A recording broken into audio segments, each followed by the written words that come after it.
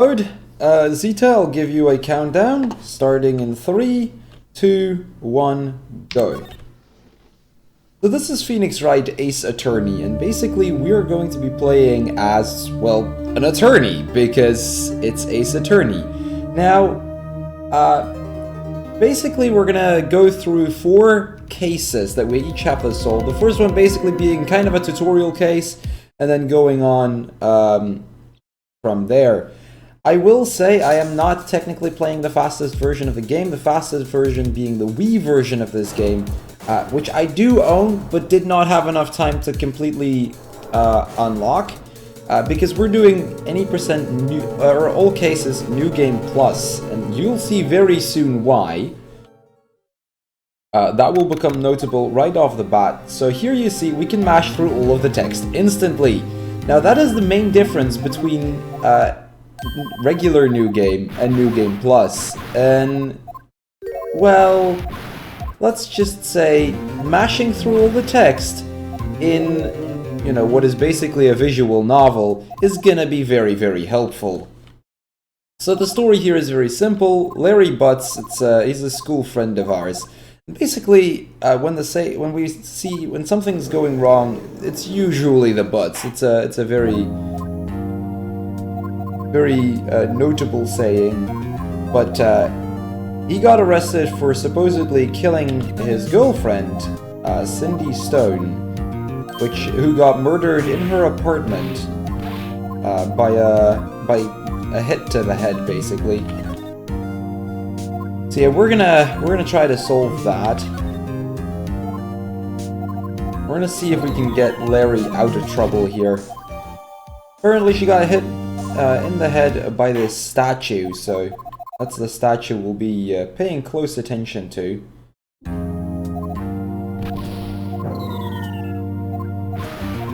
So first Larry himself is going to be asked to the stand.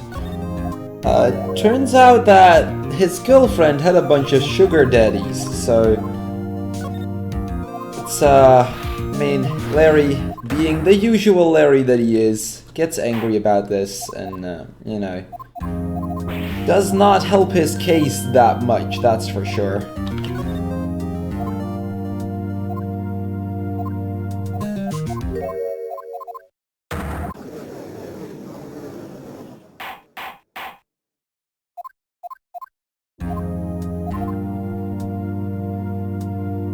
Now, the next problem there is that there happens to be a witness. Mr. Frank saw it.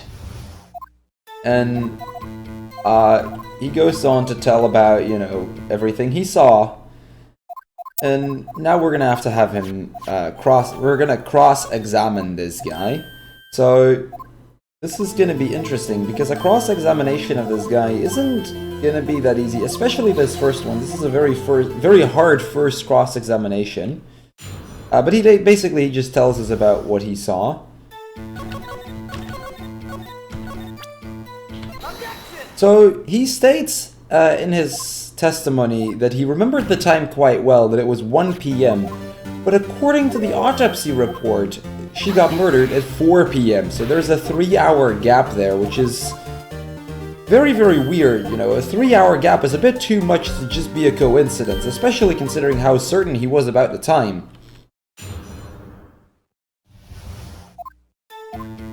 So he's gonna cross-examine again as to why he figured out the time was 1 p.m. So let's cross-examine him again. Let's see what he has to say. He mentions it was probably the television he heard, so it probably was some kind of re-recording. Problem being, there was a blackout at the time, so that was impossible. Not gonna happen. Mr. Frank saw it, definitely did not see the time correctly. But then he says, well, I may have not heard the time, I may have seen it. That's right, the murder weapon, because the murder weapon was a clock. And this is true, the murder weapon was indeed a clock. Except the murder weapon doesn't really look like a clock, but rather a statue. You would not know that was a clock unless you've seen, or unless you've, you know, actually gone into the apartment. So there's definitely something wrong with his testimony right there. we're gonna say that, you know, he must have gone into the apartment, basically going to mean that he was the one who killed her.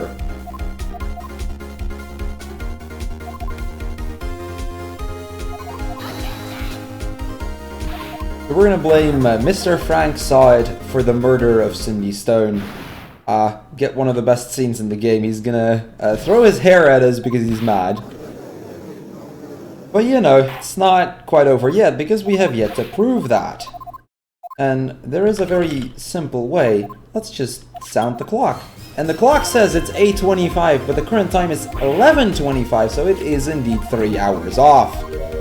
So that makes this case pretty bad for Mr. Frank Saw It right now. The thing is, we don't really have anything decisive, because the problem is we do not know that the clock was 3 hours off at the time of the murder. So the question is, can we prove that? And that we can. Because it had just so happens that the victim had recently gone to France, to Paris to be specific, which has a 9-hour time difference. So the clock wasn't 3 hours off, it wasn't 3 hours early, it was 9 hours late. And with that, we knew that the clock was off. Mr. Frank Saw It basically confesses to the murder, gets arrested, and, well, we have solved our first case. Now, there is one little thing we still need to do before we actually solve this case once and for all, and that's that we're gonna have to show our good old friend Larry our badge. We get a little bit of a recap as to what happened. So Mr. Frank Saw It, he was a burglar. He was trying to steal something from the apartment. Cindy got home as he was trying to steal stuff and caught him red-handed, and you know, the rest is basically history at this point.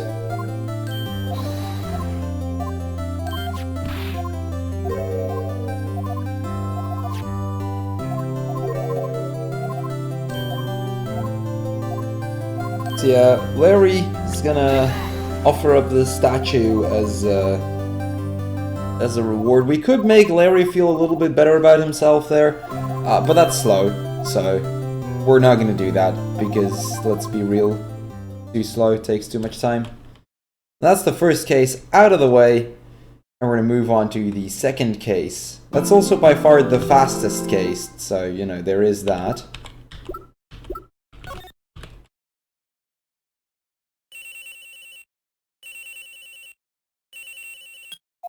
So first and foremost, we're gonna get a bit of a phone call between Mia, our boss, and somebody we have yet to meet.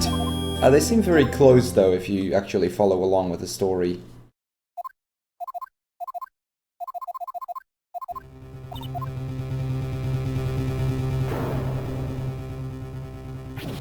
And we're gonna hear 3 colors here, and this is gonna be important. Keep these in mind: red, white, blue.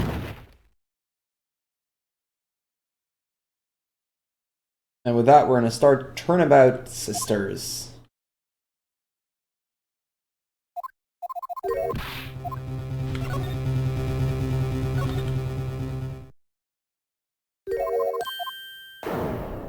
And just as we do, we find Mia, our boss, lying dead on the floor. And we see some girl, and as we see her, she pretty much just faints right off the bat. And this is the first case where we're going to be introduced to a new feature, and that is actually having to investigate the murder ourselves. So first off, we're going to examine Mia. We're going to note that she got struck by the thinker. The glass lamp fell during the struggle, apparently. We notice this little receipt with the name Maya on it. And well, I guess it's about time we should probably call the police. But just as we try to do that, somebody from across the window decides to do that for us. So, you know, that's got that out of the way. We're gonna move on.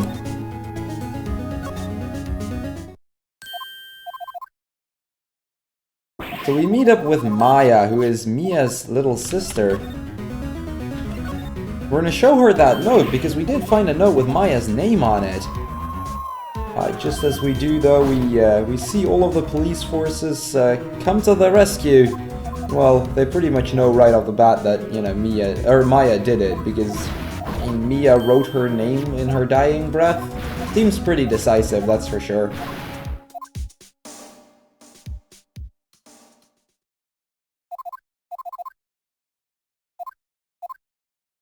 So we're off to the detention center, and we're gonna talk to Maya for a bit. She basically tells us about what she knows, and she was not the one to kill her sister. We pretty much know that already. She does mention that in a phone call she had with her sister, she called us a lawyer with a lot of potential, so, you know, nice little compliment right there. Now, she has this phone that could potentially hold some evidence for us, but it's currently held by the police, so not gonna help us there. He gets us a memo. And she's also going to request us to get a certain lawyer, Mr. Grossberg, to help her out. And with that, it's time to run off to our office. We're going to call Detective Dick Gumshoe by his name, because we happen to know that. Faster to just call him by his name, honestly. We get the autopsy report, very useful stuff for later on.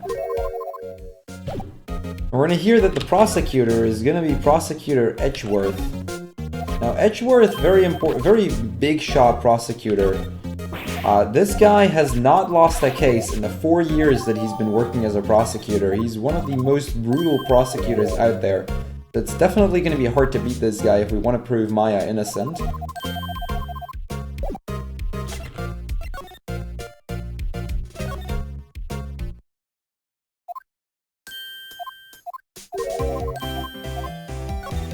So we're going to examine the hotel room real quick, and we right off the bat notice that there's something off with that drawer, and we don't really get a chance to actually check out what that is. We'll get to later, but for now we'll have to wait, and we'll move to Mr. Grossberg, who Maya asked to be her defense attorney. But he's going to refuse. So he doesn't really want to say why he's going to refuse, but he's going to refuse the case. That is going to put Maya in a pretty bad position right there.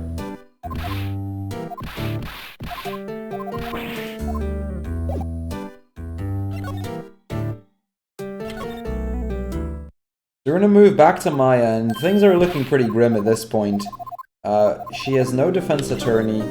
There's really nobody supporting her at this point, and she's about to go on trial. She also tells us a little bit about the DL6 incident where her mother was used as a spirit medium to attempt to capture a murderer to no success. Still an unsolved murder to this case. Remember the name, it's gonna be important. We're not gonna go too much more into it though. It will become important later on in the game, but for now we'll leave DL6 as it is. So we're gonna decide, you know, we're gonna protect you, Maya, we're gonna be your defense attorney. Now there is one more thing that was still bugging me, and that is that weird thing in the hotel room over here that we didn't really get to figure out what that even was. So let's do that right now.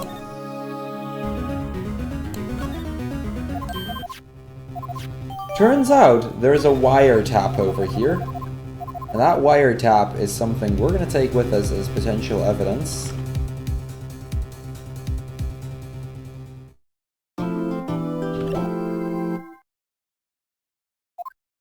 And with that, it's time for day one in court.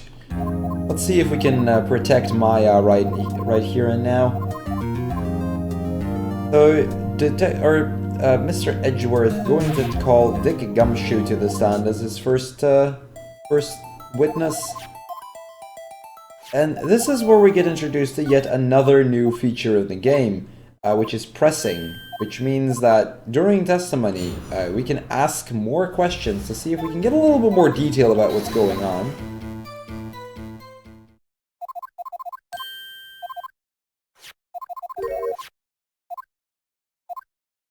Especially useful when testimony tends to be kind of vague, which for this first one is definitely the case. So he mentioned something about hard evidence, but doesn't actually show that hard evidence. So he's gonna point towards that receipt with the name that we found.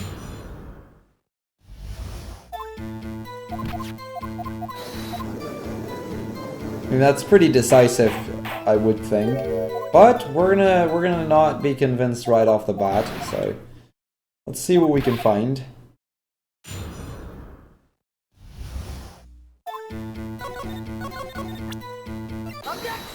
Problem with that name on the receipt is that, according to the autopsy report that he gave us yesterday, Mia died instantly after being hit. This is where this is going to be a little weird, because that means there's something off, and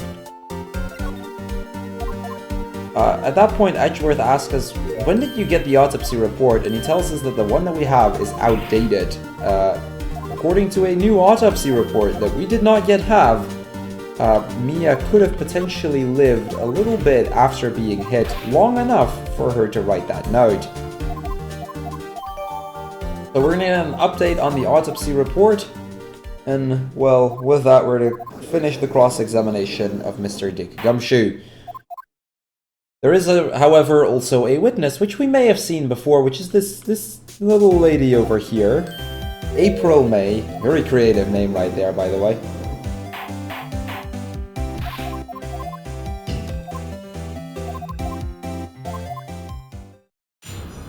We're gonna get April May to the stand, and first and foremost, she's going to cross-examine. She's gonna testify. She's gonna be all like, you know, all sad, all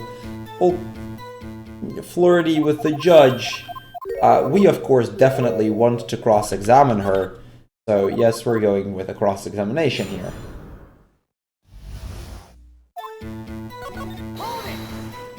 So we ask her a little bit about what the defendant looked like, and she tells us, well, I mean, she had a girlish physique. Thing is, that'd be weird, because Maya looks nothing like your average girl. Definitely somebody that would have stood out.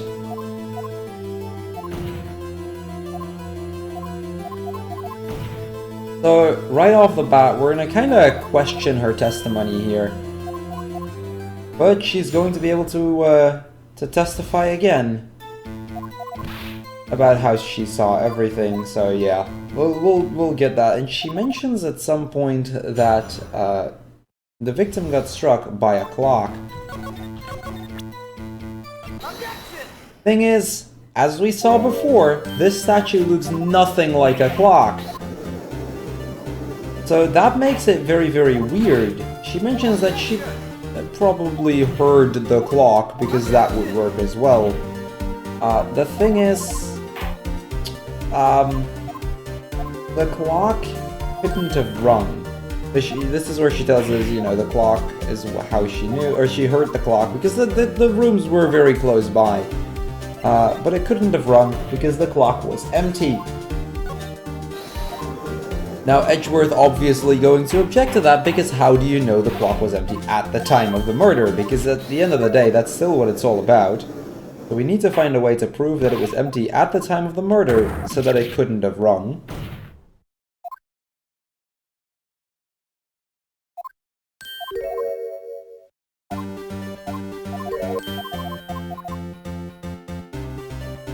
Now, we happen to have a way of proving just that. Because there happens to be a phone call between Mia and Maya on the day before the murder, where she mentions that the clockwork was empty, had to take it out.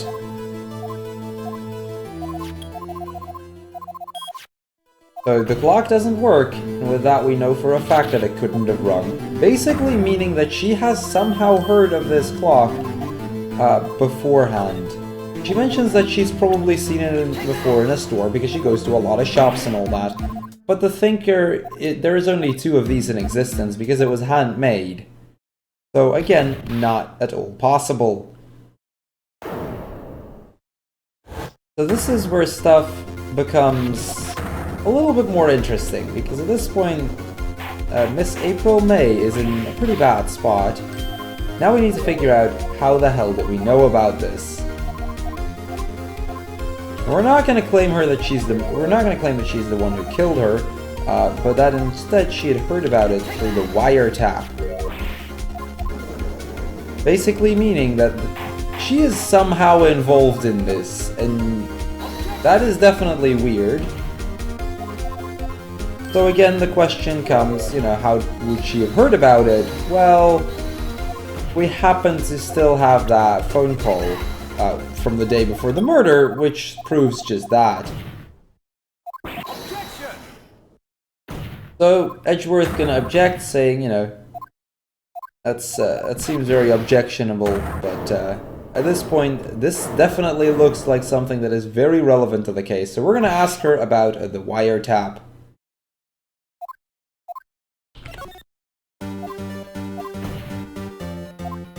Now there is one major problem with all of this, and that even though that she placed the wiretap, we know pretty much that much.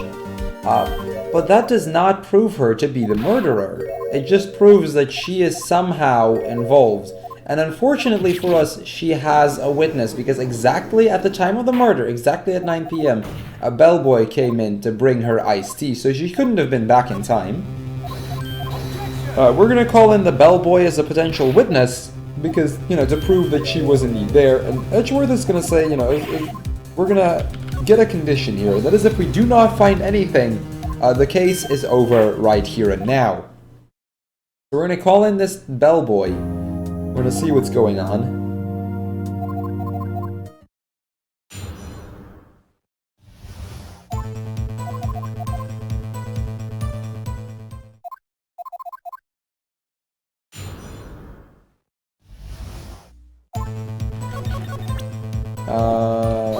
Press.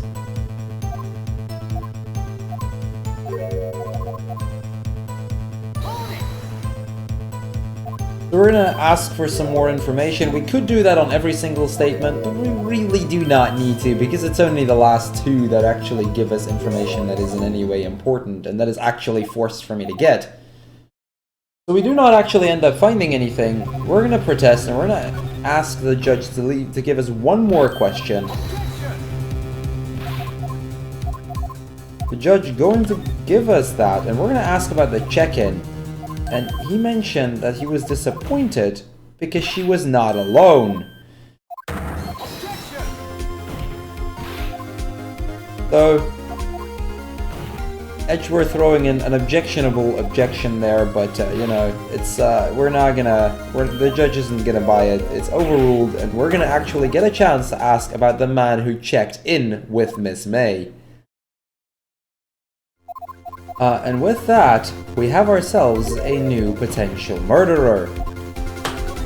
We're gonna appoint the man who was with Miss May as the potential murderer in this case.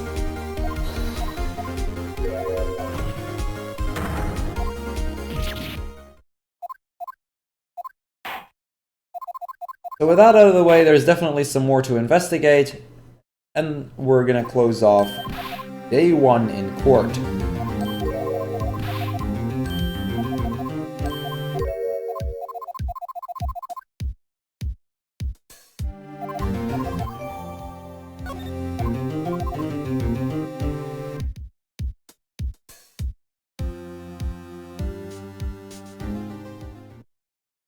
So with that, we're going to move on to day two of investigation. We're going to talk to Miss May real quick, but she is not going to give us any information. So we're going to move to Grossberg's law office, where we were before already, and we notice a few of these pictures on the desk. We're going to take a look at that, and we're going to get the second picture, this photo right here. Basically, we're going to go for a bit of a lucky shot, so to speak, in that we're going to show that picture to the bellboy, hoping that he will recognize the man.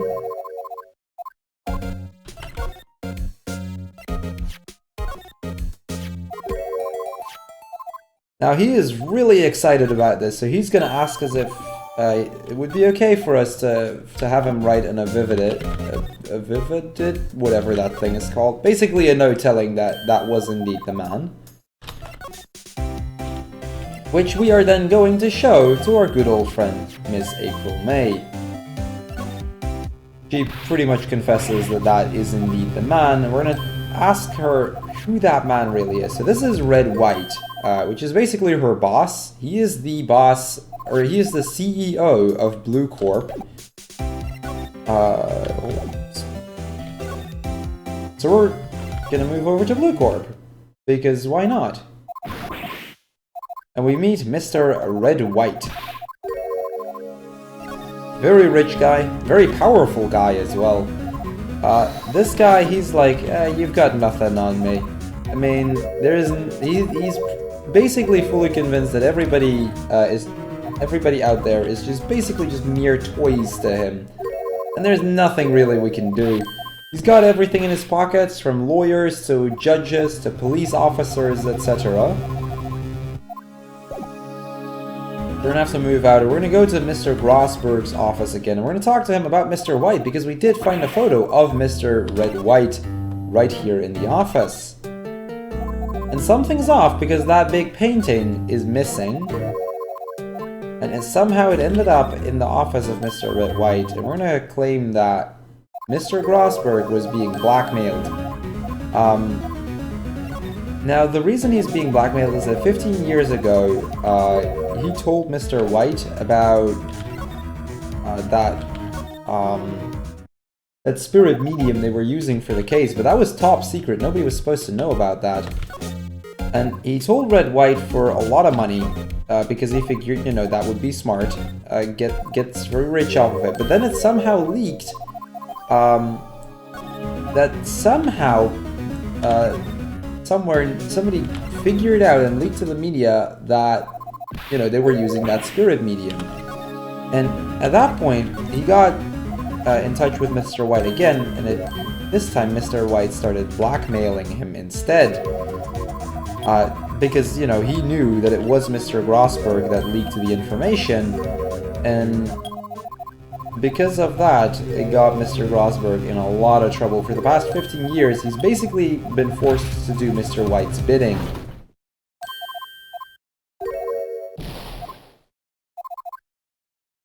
Good morning there then, Jasper. Yeah, for those that missed it at the start I mentioned, in the very first cutscene, we saw the colors red, white, and blue. But for those that have somehow not figured it out yet, that would be red, blue, or sorry, red, white, blue, red, white of Blue Corp,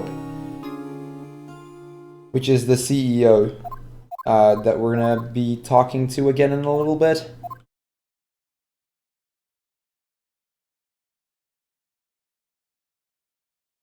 So White, he is now going to testify, and instead of what he did before, he is instead going to put us up on the stand as the new suspect. He's basically changed suspect from, or all of the attention from being the suspect from Maya to Phoenix Wright. And Edgeworth already tells us, you know, everything he's going to say is the absolute truth. So there's not much going for us here.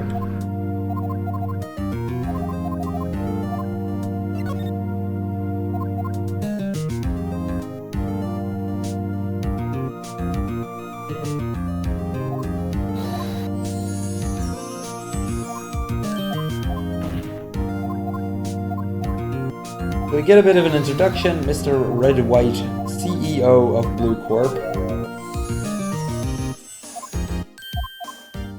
So let's get him cross-examined. He's gonna tell us basically about what happened during the murder. This is also immediately one of the harder pieces of testimony for me to get through, so gonna focus for a little bit here.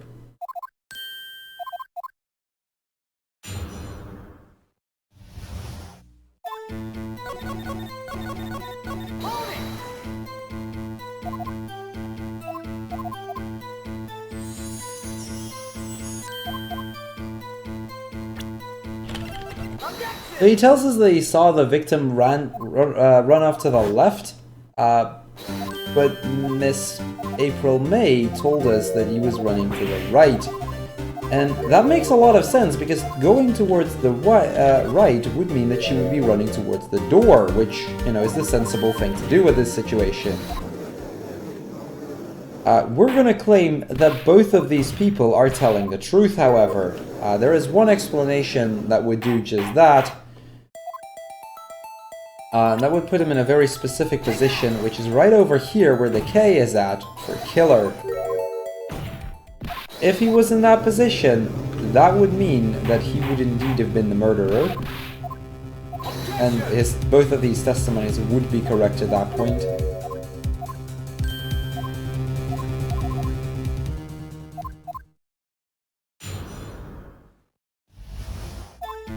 He's gonna explain that, you know, she got hit twice, that's why he saw her run both ways.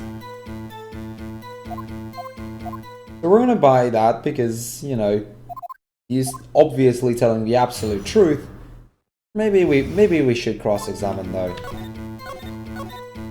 That was really slow there.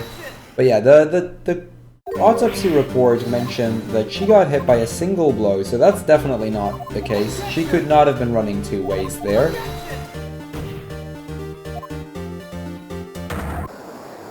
And at this point, even the crowd gets on our side. We all know that Mr. Red White of Blue Corp did this. But he's going to cross-examine again. Because we might as well. And we're gonna get this over with real quick.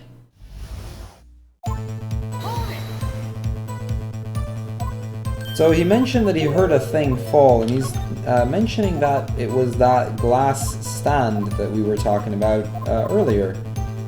That's a little weird though, because if you look at the floor plans, there is no way that he could ever have seen that glass stand. At least not in the shape that it would actually, you know, be recognizable, because it was shattered to bits and pieces.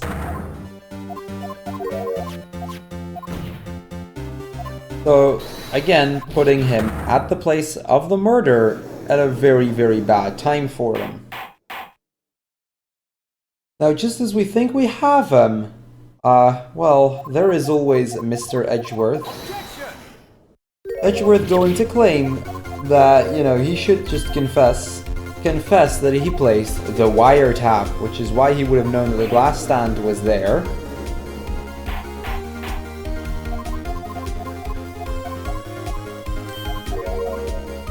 I mean, we do know that he is the CEO of an information gathering company, so to speak. So granted, it would not have been within the law, but it wouldn't be the weirdest thing for him to do.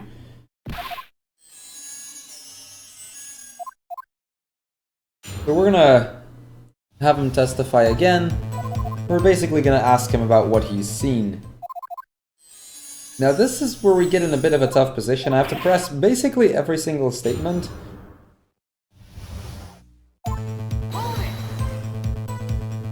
Just in the hopes that we're gonna get a little bit more information out of this guy. Edgeworth basically going to just object to everything we try to do.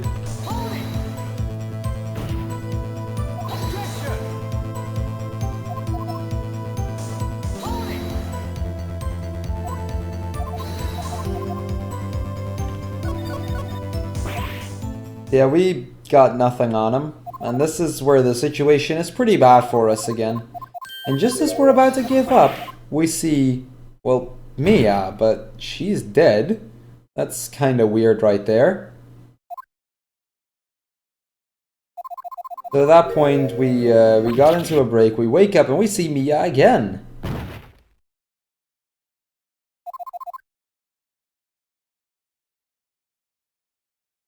And then when we look a little bit closer, it turns out it's Maya, who is currently channeling Mia's spirit. And we notice that, or she points us towards that receipt the name was on. Red White claimed that he went into the office a week before the murder, but on the other end of the receipt it says that the glass stand was bought on the day of the murder. because it was the receipt for that very thing. So we're going to ask him one more time to testify. We're going to get one more shot at it. We're going to just show them this receipt. And at this point, Edgeworth is like, you're grasping to straws here. Unless we look at the other side. At this point, we know that, you know, that was not the case. He could not have seen the glass stand as he went into the office to place the wiretap. Again, meaning he must have somehow entered the crime scene on the day of the murder. However, this is still circumstantial evidence. We've still got no actual proof. We're going to object to this, of course, but to no avail. He's going to ask us for an extra day of investigation, and that is going to make the situation really, really bad for us. So, Mia gives us a note, a memo, so to speak, something we were supposed to read. We're going to read that up, and that is a whole bunch of names. And as we read them up, at some point, Mr. White is going to ask us to stop, and he's going to confess to the murder. So, very awkward win there, but he did just confess, and with that we've solved our second case.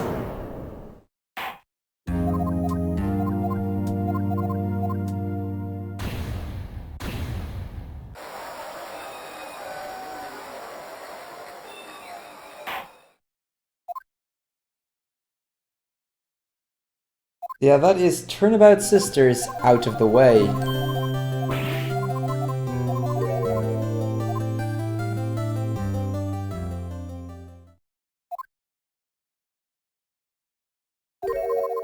Now, as we go back into the office, we meet Maya again, and she offers up to go for some burgers because yay burgers! Good stuff, dude. Let's go.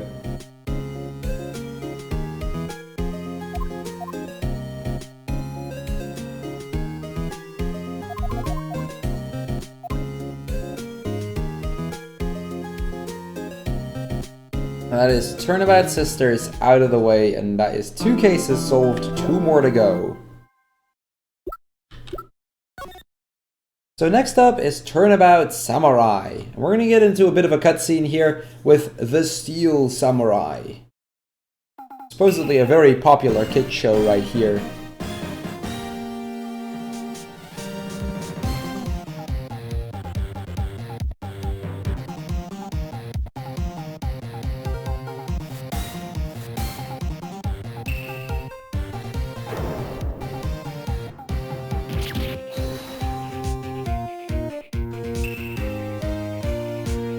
Yeah, that is true, Zeta, but I will say the last case is about an hour long, so we're basically just saving up that estimate for the last 2 cases. These last 2 cases are a lot longer than the first 2, so we'll be losing that, or we'll be getting closer to that estimate as we go along.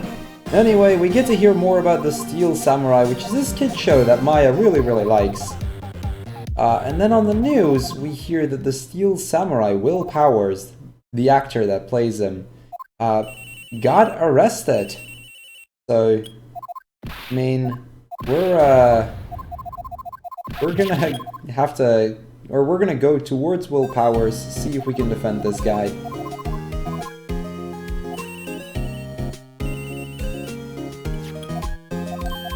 I did, Steppa, I did. Yeah, it's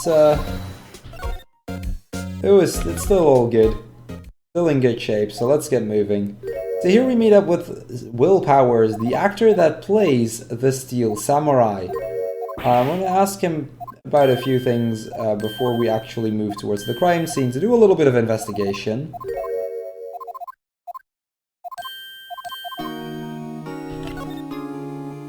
So first of all, let's just ask him what happened. He tells us about, you know, his supposed, or is the actor that plays his nemesis being found pierced by what supposedly was the spear. And with that, we're gonna just move on to the studio basically, and Will Powers, he does not really have an alibi because he was stuck at some point. He could not, or he was asleep at the studio, and he was one of the only people around. So, I mean, he claims to have been asleep, but nobody can verify his alibi. So that's not great for us at all. We're gonna talk to the security lady, and we'll see her a few more times over the course of this case. She was a huge fan of Mr. Hammer, the victim in this case. Well, I would go so far as to say a little bit more than just a fan, but she very much suspects that it was indeed Will Powers.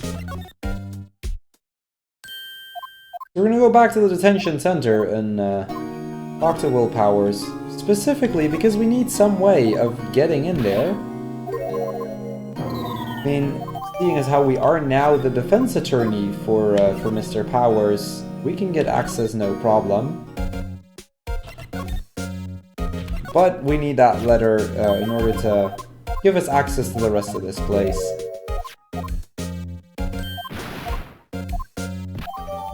She also gets us a map. She gets a little bit mad at us because usually those things are 50 cents. But she's gonna let it slide. And well, as usual, we meet our good old friend, Mr. Dick Gumshoe, who is investigating the murder as we speak. Gonna ask him a little bit about his investigation, about things he may have seen or found or whatever. We get the autopsy report from him, very important stuff.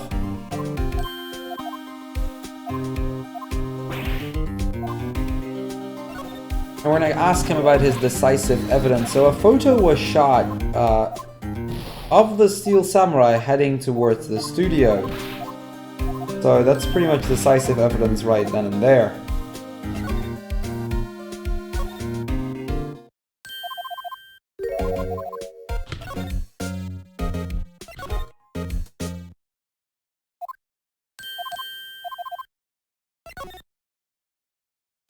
We're gonna make a quick stop in the dressing room over here, which is where we're gonna find this bag, and we're gonna have to take a look into this bag for a very useful item. We find the card key that will give us access to Studio 1. We're gonna move back to, well, Studio 1.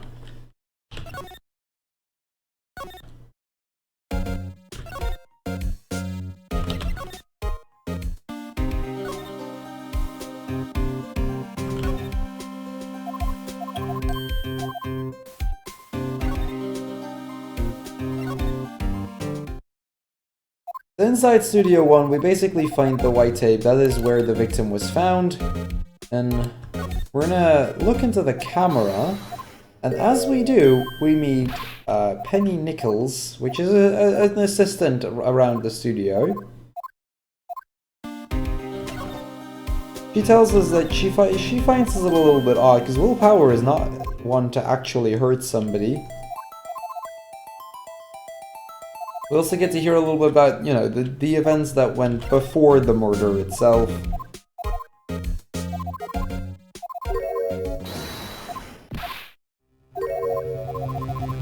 So she was suspecting there was more going on than what meets the eyes, and that she sensed somebody, but she doesn't have any evidence to back it up, so we're just gonna move out.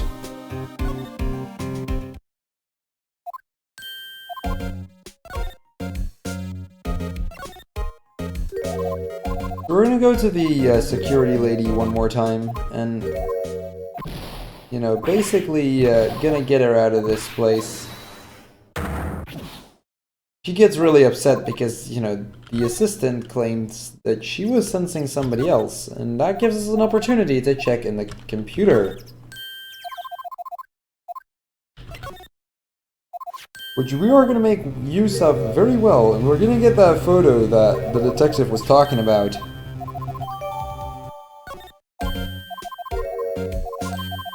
Oh, absolutely, Jasper. Penny Nichols, I mean... yeah, and this is just one of many.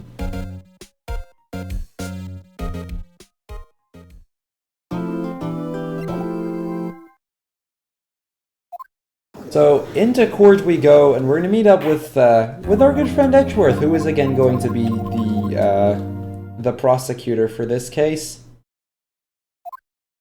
Gumshoe, he's basically gonna tell us everything he found. We could cross-examine him on this kind of stuff, but we can also just skip it.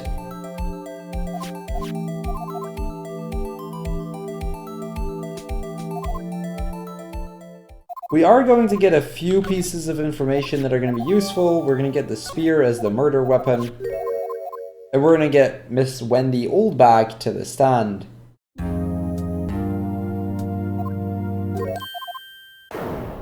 Now, she starts crushing on Edgeworth, so, you know, good stuff right off the bat. Edgeworth trying to get her back on topic, and we're going to have her tell about everything that she saw. He's gonna claim that it is Mr. Powers, of course, but we're not convinced just yet.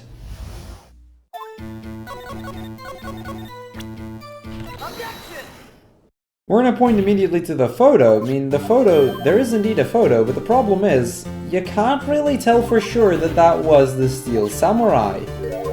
I mean, sure, he looks like this. It looks like it would be Will Powers, but he's in costume, so we can't actually recognize him to be the actual Steel Samurai, or just somebody in disguise.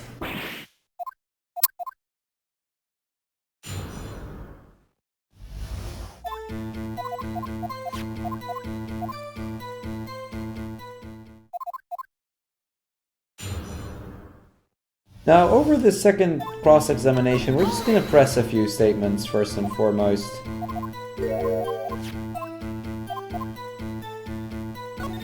That gets us a little bit of extra information that we would like to have. The spear, for example, was duct taped together because it broke during an accident during practice. But you know, duct tape fixes it all because it's duct tape.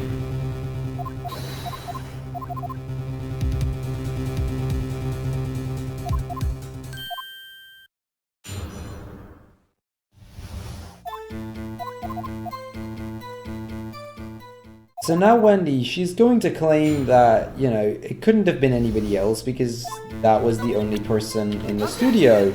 The thing is, there is more than one photograph. We noticed earlier there were 2 photos rather than 1.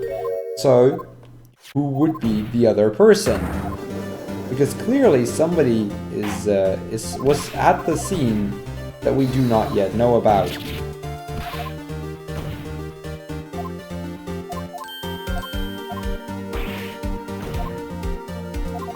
So she tells us about, you know, there was this kid running around, probably like 2nd, maybe 3rd grade. Not old enough and probably not strong enough to murder a kid. Or to murder an old man with a spear, especially somebody as powerful as Mr. Hammer.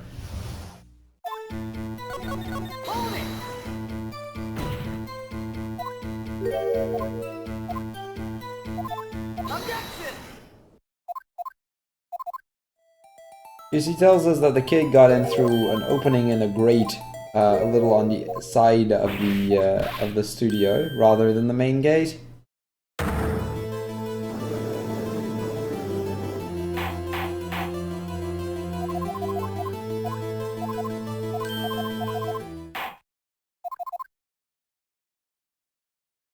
So now comes the interesting part, because it's not quite done just yet. I mean, at this point, it's looking pretty grim for Mr. Powers.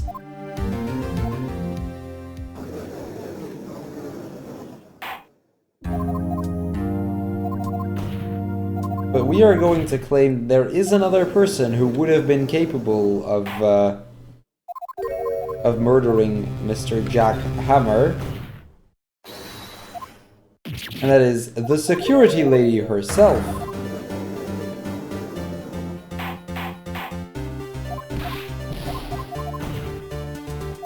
And she was at the scene of the murder. She clearly missed the kid in her testimony earlier, so maybe she was the one to pass through. She also happened to have access to the studio because, you know, she is a security lady after all. But she would have the car key.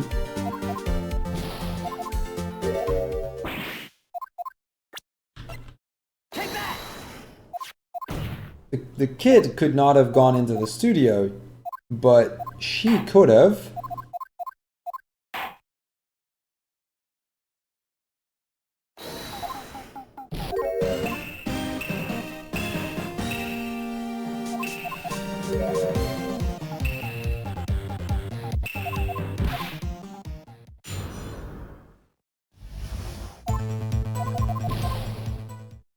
So she tells us now that there's something she was supposed to not tell us. Basically meaning, or basically giving us away that there were other people at the scene of the crime at the time that it was committed. The producer and the director who were locked up in Studio 2, and because the thing fell off, they couldn't actually, you know, they couldn't really be there, but they were at the studio at the time, definitely placing them in a position to maybe know some information that we don't. So we're gonna look to see if we can find those two people. We're basically just dragging on the case at this point, barely not getting Mr. Will Powers convicted. But, you know, good enough, we'll move on.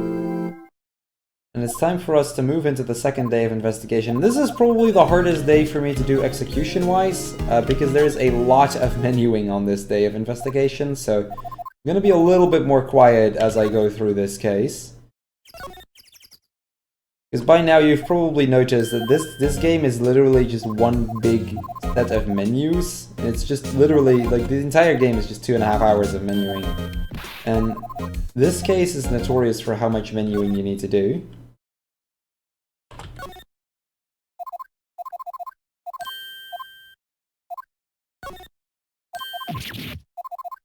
We're gonna rip open the grate.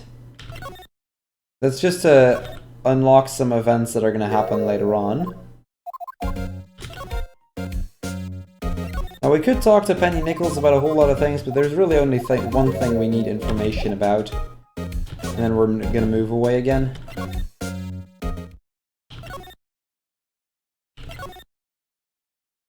And we're gonna meet the director, the producer, Mr. Sal Manella.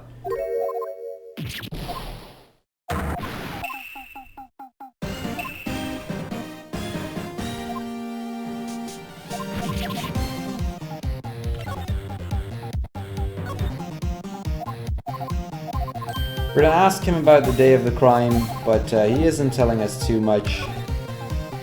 So we're gonna move away again. Basically, he needs to have or we're gonna be pointed in the direction of the director, if I'm not mistaken.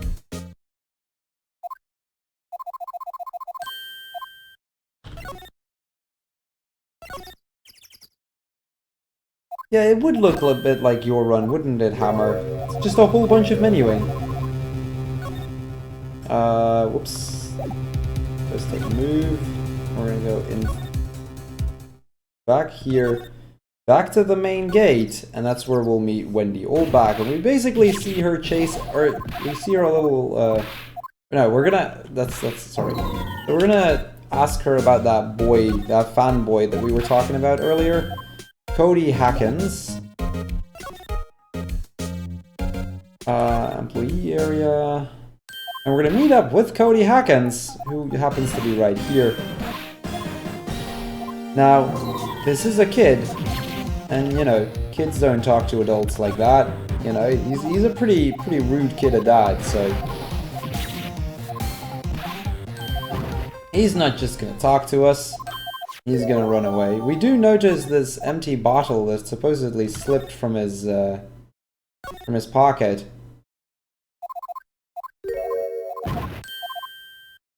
We also now hear the security lady struggling a little bit with with actually getting to the key, we're gonna find the key to the trailer to Studio 2, and it's back to Studio 2.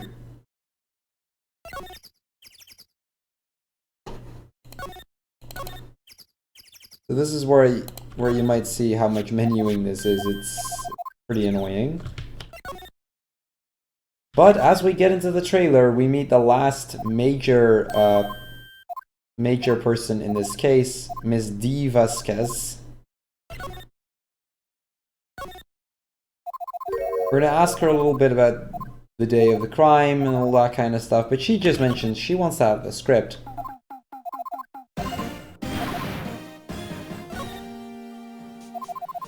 She's not really telling us anything, so... Gives us a note to run an errand for her to get her that script as fast as possible. So, well, let's get her that script as fast as possible, shall we? And that means just a little bit more menuing.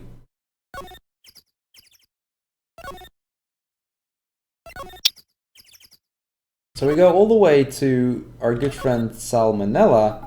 I'm going to show her the request. And maybe he can tell us a little bit more. And he tells us it is in Studio 1. So now we have to move to Studio 1 to get the script.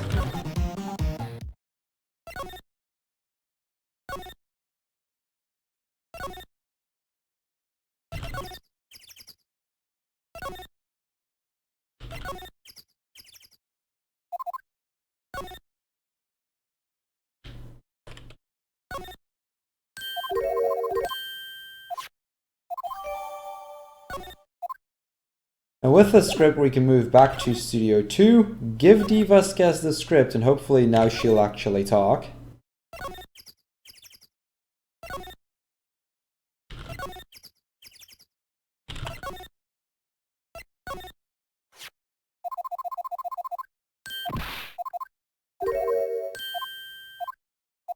And there's really only one piece of information we need to know from her. And that is some info about that blocked path. And she tells us that the monkey had broke off during a storm and blocked up the path to Studio 2.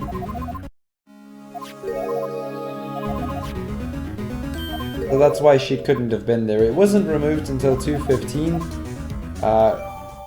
Like right around the time of the murder.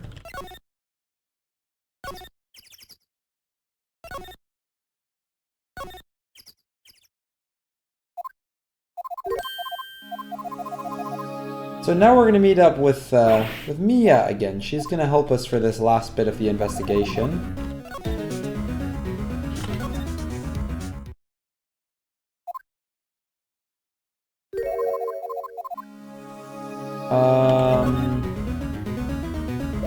Hold on. We need to give her the... Yeah, okay.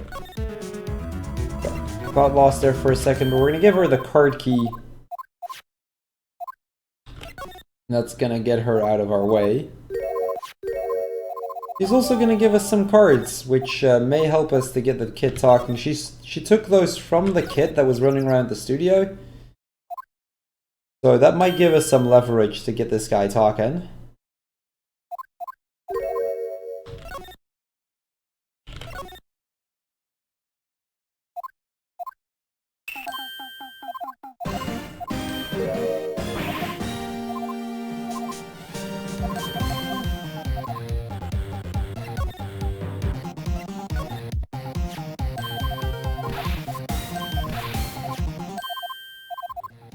So he tells us, you know, these cards, he has a bunch of them. These aren't that rare. So he has, these are all doubles that he has, so we can keep them. Which still means that he doesn't talk, and he tells us if we can find an ultra rare card, he might actually talk. We're gonna go all the way to the trailer, and we're gonna meet up with Penny Nichols one more time, who also happens to collect those cards. We're gonna show her the cards, and she is gonna get super excited, and she's gonna offer up a trade for this ultra mega rare card.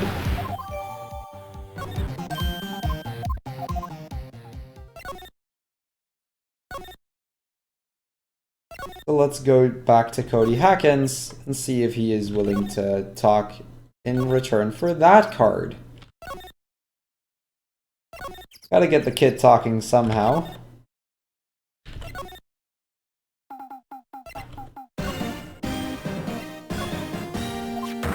Now, as soon as he sees that card, now he gets excited, and we can actually get something going here. Yeah, we're almost done with all the menuing for the Day 2 investigation. So he tells us about this book that he was keeping. Every single victory that the Steel Samurai has ever had, he's recorded in his book. He even has a digital camera to, you know, record all of the victories from the Steel Samurai.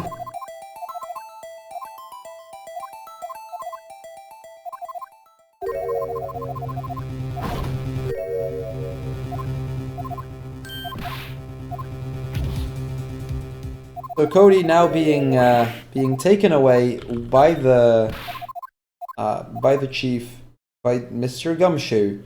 And that's gonna close up Day 2 of investigation. That is probably like the hardest day execution-wise, so at least we got that day out of the way.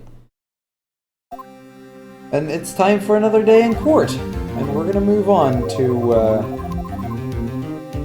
cross-examining the producer, Mr. Salmonella.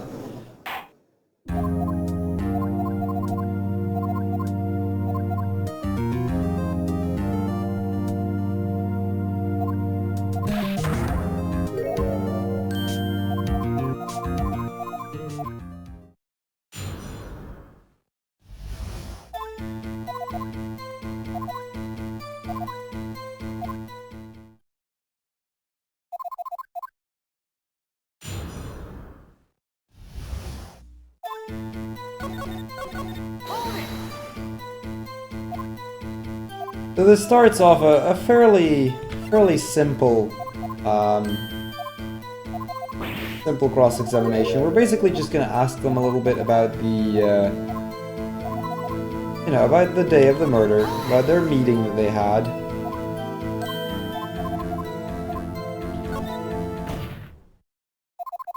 And we're gonna specifically ask them a little bit more about the break that they were having. Time for some more information about this break. This is still just like very menial stuff at this point, but it will become very important later on. They mentions, you know, they took a quick break, 15 minutes or so. Probably not very long, around the time of the murder, coincidentally.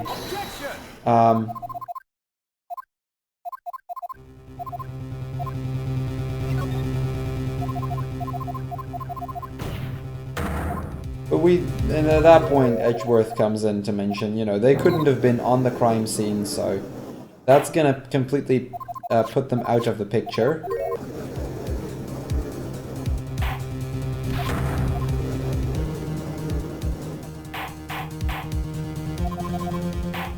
We're gonna get a quick break, and we're gonna get Cody Hackins to the stand.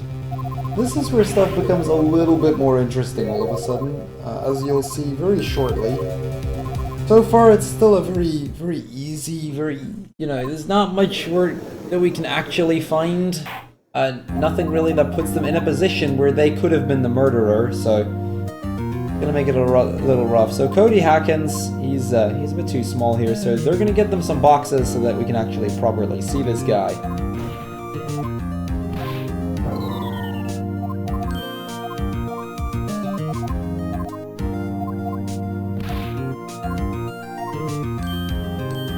So let's have this guy testify about everything that he saw. You know, normally he's not allowed to bring his camera in, but we're going to be able to use that as a piece of evidence because, you know, he is a guy that takes a picture of every single victory from the Steel Samurai.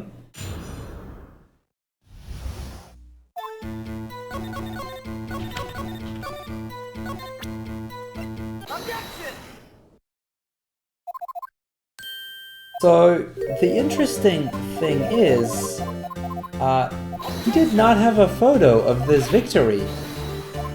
Yet he has taken a photo of every single victory from the Steel Samurai.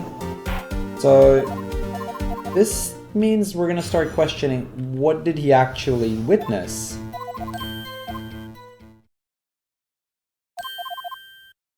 So he briefly tells us about, you know, all the strong things about the Steel Samurai. We're gonna press a little further on that one. He gets us some info, but he's staying very, very vague on this one, so we're gonna press a little harder. Specifically mentioning that, you know, he probably was not able to take his eyes off the fight, because, you know, this is him seeing the Steel Samurai in real life, dealing a killing blow to the evil magistrate, or Jack Hammer. So thus it becomes weird that there is no picture.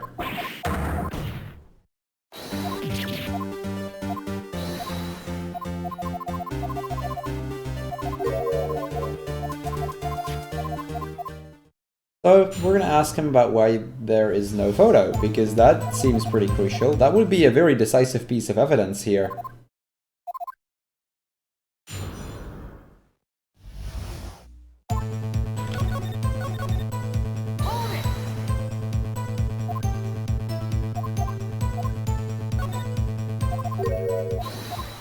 So we're gonna say, you know, you did take a picture, and we can be certain of that for one reason alone.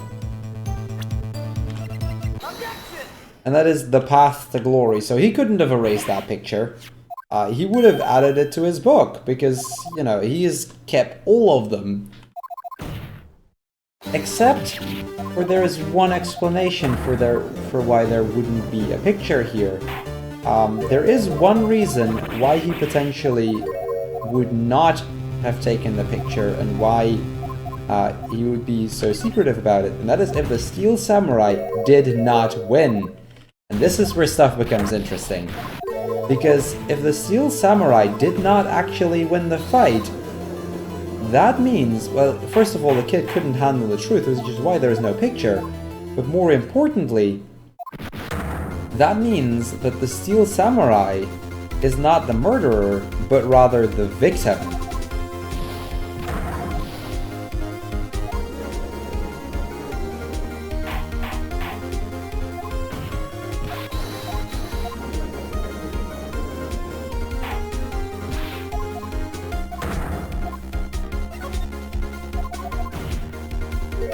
And as soon as we realize that that is the case, and that the Steel Samurai is the murderer, or is not the murderer, but the victim instead, that changes the entire scenario. So we claim that Jack Hammer dressed up as the Steel Samurai as he went there. And, well, I mean, we're gonna ask the kid for that picture, because there was actually a picture. There is one major thing off about this thing.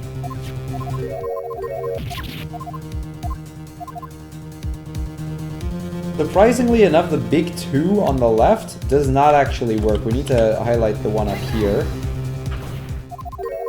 But the number on the gate says 2, meaning that the murder happened not in Studio 1, but in Studio 2.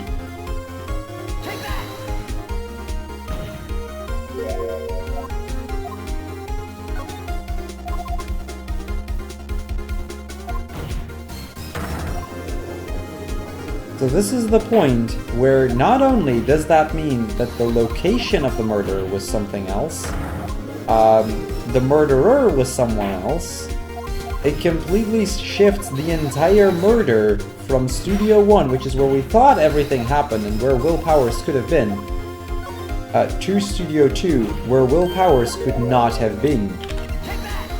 We also note that the empty medicine bottle, which contained sleeping pills, meaning that, from the looks of it,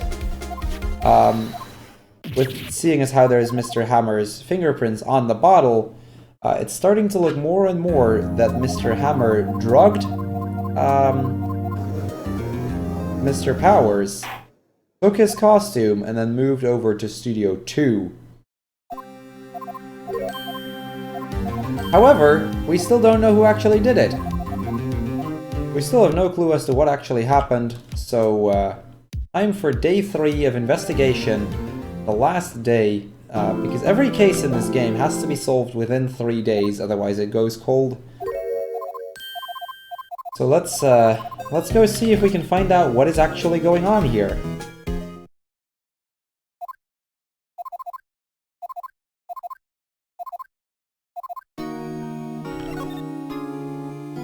Okay, Hammer, I can see that Mr. Hammer would be your senpai, but do keep in mind the guy is dead. That's the victim of a murder here. Just wanted to say that.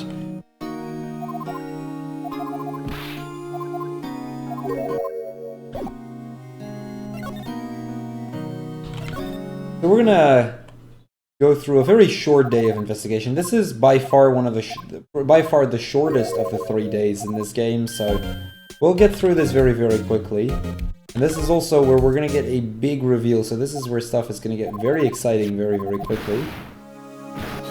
So first off, we're gonna note those sleeping pills that we found, and we're gonna take a look at what Mr. Hammer what Mr. Hammer used in order to drug Mr. Powers. Just wanting to note that that is a thing. Do with that what you like, Zeta and Hammer.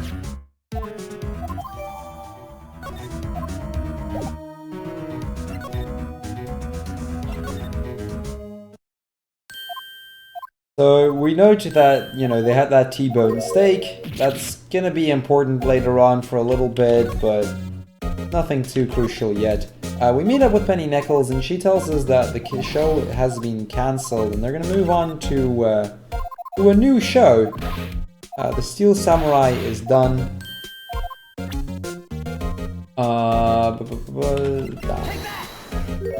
Started doubting myself for a second there on what I needed to present. She also starts telling us about an accident that happened in the studio 5 years ago. And this is probably the most important part here.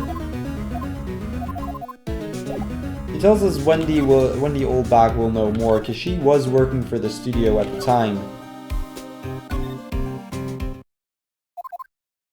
So we're gonna ask her about what happened here 5 years prior to these events.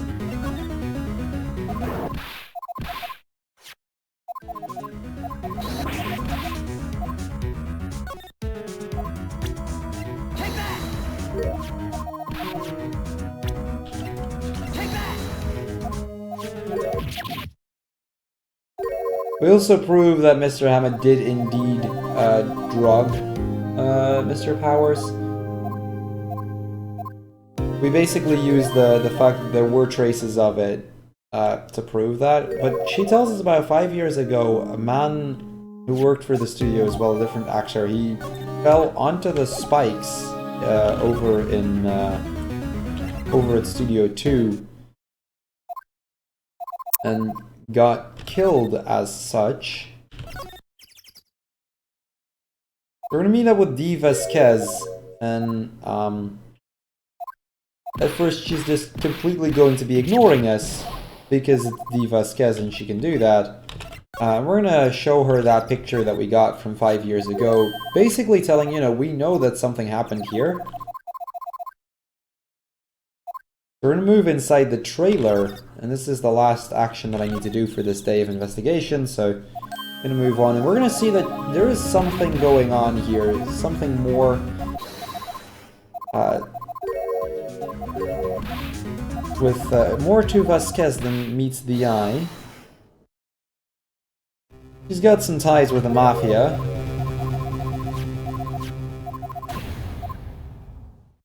However, just as she tries to get to us, the police happens to show up. So, she's going to testify tomorrow in court, and that's where we'll fight this out.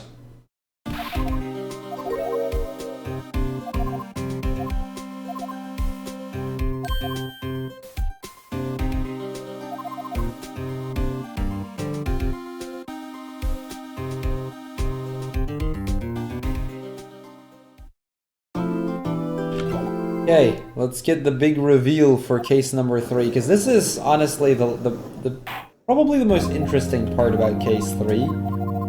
So far, case 3 has kind of been dragging along, which is kind of what this case is. It tends to drag along for the majority of the run, and then we're gonna get a very big reveal at the end here.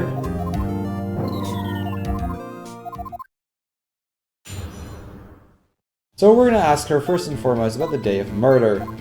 She tells us pretty much what Salmonella also told us about, you know, them having lunch here, how she was in Studio 2 at the time, you know, all that kind of crap.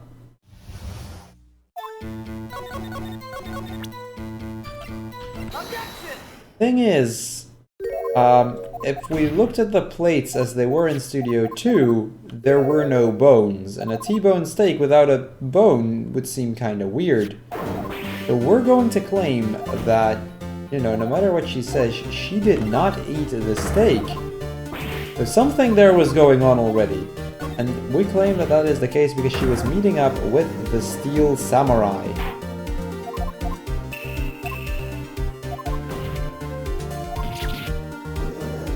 And that also means we're going to claim that, you know, she would be the murderer. But the thing is, she could not have killed him with the spear.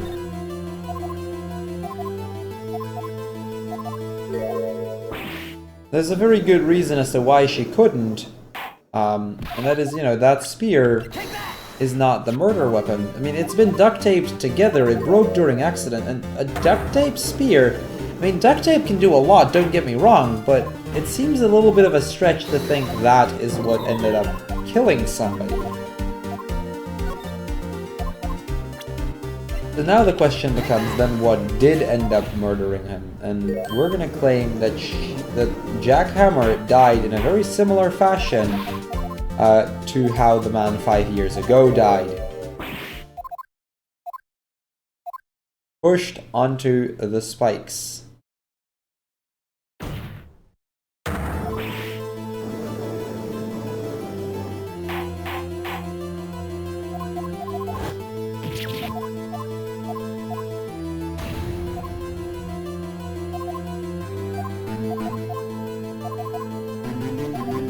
So now there is the 15 minutes that she had between the moment that the murder supposedly took place and her and the body being found.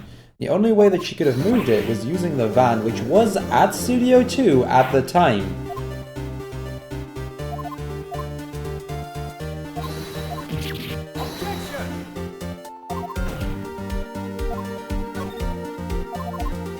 So we do, of course, claim that, you know, Salmonella was involved with this.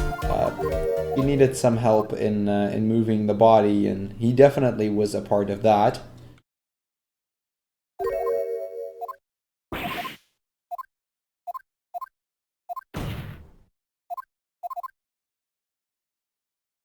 So she claims that, you know, I lost. You got me on this one.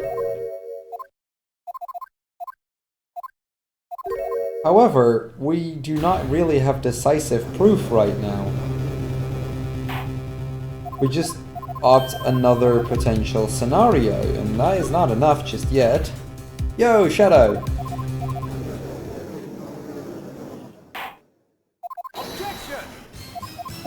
So, this is kind of where the run twists a little bit, in that we're going to say no further questions, and then Edgeworth objects and actually is going to ask her another question.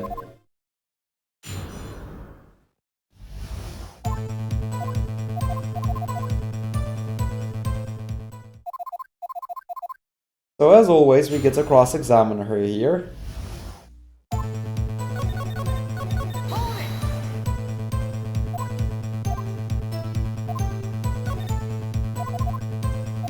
It's kind of like Edgeworth, he's kind of trying to help us a little bit here. He specifically mentions the last statement the witness made here.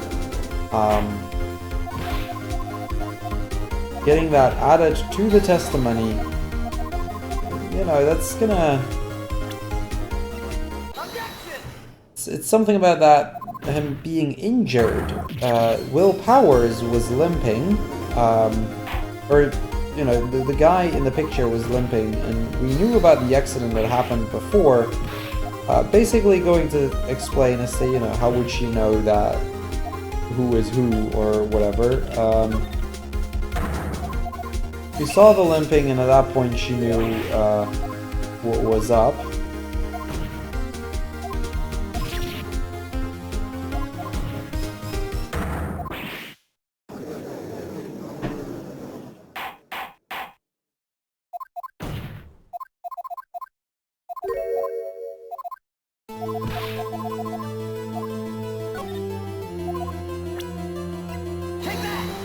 That is the wrong one. Oops.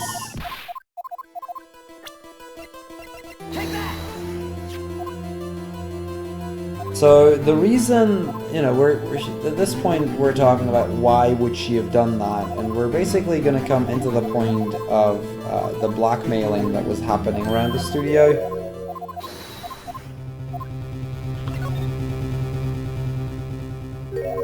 From what I recall, and this is honestly not the case I'm most familiar with, so I might be wrong here, but Mr. Hammer was blackmailing her, confronted her at the trailer, tried to attack Dee Vasquez, and in self-defense, Dee Vasquez pushed him onto the fence.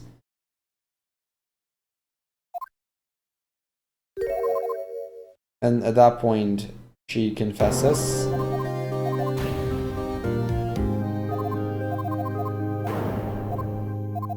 Now, to make matters worse, the guy that died 5 years ago wasn't just any man, but that was Dee Vasquez's lover.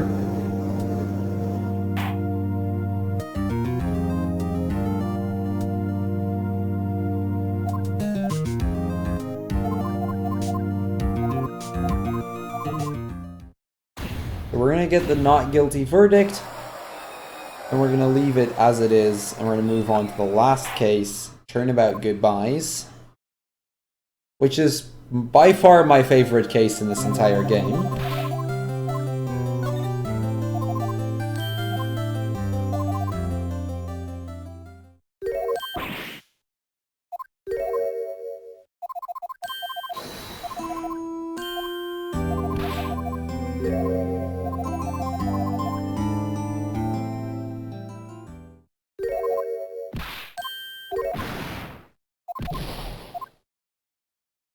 We also get to hear a little bit more about the background between Edgeworth and Mr. Wright, but we're going to go more into that during this last case. We get to hear a little bit about the new show that they've got, The Pink Princess. And with that, it's time for us to start Turnabout Goodbyes. Which is by far the hardest case, by the way. So first we're going to get a little bit of story first and foremost, and we're going to hear about 15 years ago. Somebody has been waiting for this moment for 15 years. Well, I suppose you guys can read this one yourself. Now is the perfect opportunity.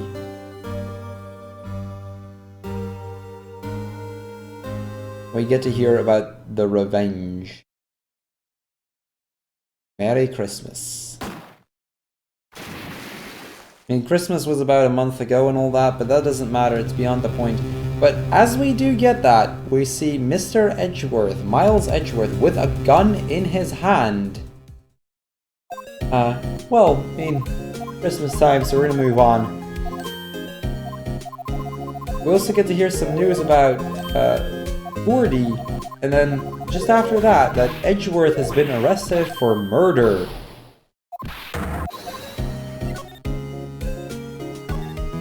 So let's go meet Edgeworth right over here at the detention center and see what we can do.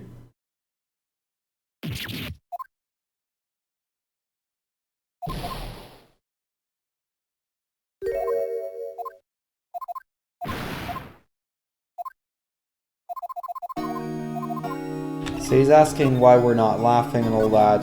We're just going to show his attorney's badge, because basically everybody has turned away Edgeworth at this point. So with that in mind, you know, we're going to take it upon us to at least do a little bit of research and hope we can actually get his defense.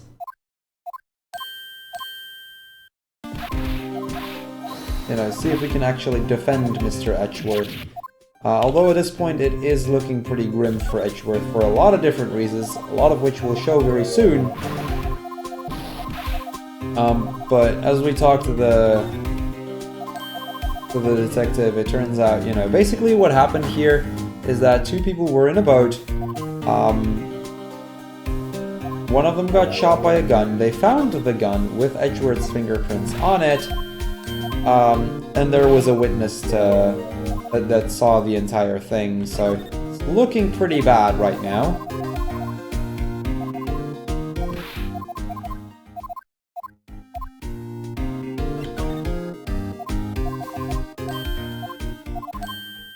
So Mr. Gumshoe running off towards the police department, and we're gonna research the beach a little bit. First and foremost, going into, well, this place, the Samurai Dock stand, and we're gonna notice one little thing that we're gonna pick up here. That's these party poppers. Not any actual evidence, but you know, we might as well take them with us.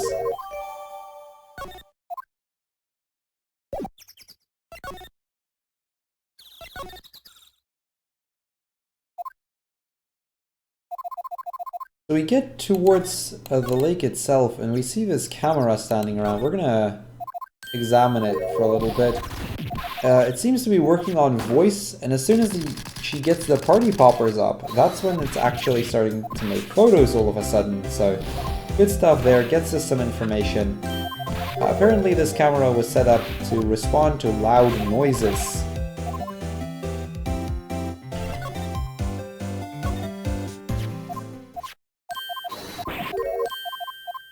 So this is Lotta Hart, and Lotta Hart, we're gonna ask her a little bit about what happened, about the camera that she set up here, all that kind of stuff.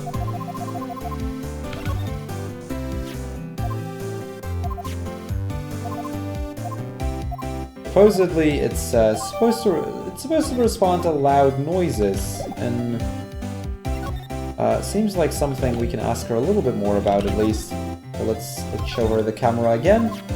See what we can get, and we specifically ask her about a potential gunshot. Maybe the camera, which was set up here the day before as well, would have been able to catch a gunshot like what would have happened at the time of the murder. Come on, I'm mashing too fast here. That's not good.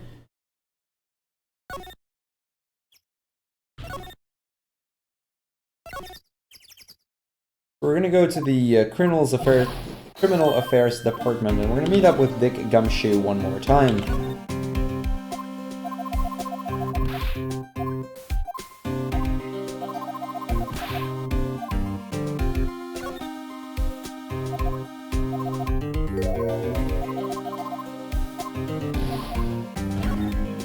We are going to ask for the autopsy report because we might as well. We don't have a whole lot to go on, so who knows. We get to hear who the victim is and all that. Just some basic information.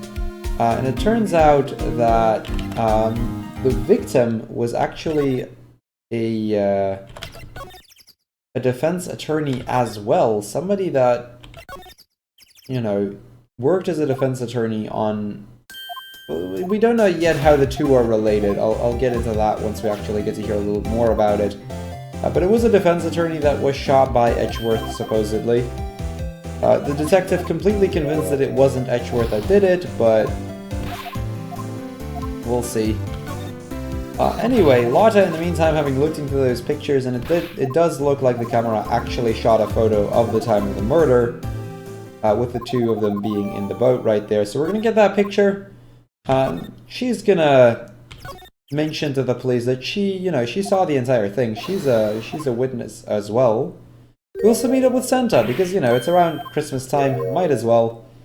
Turns out, you know, it's Larry Butts. For those that have been around since Case 1, this is the guy that we defended during Case 1. And when something smells, it's usually the Butts. Just keep that saying in mind, we'll get back to that. He's been selling samurai dogs here.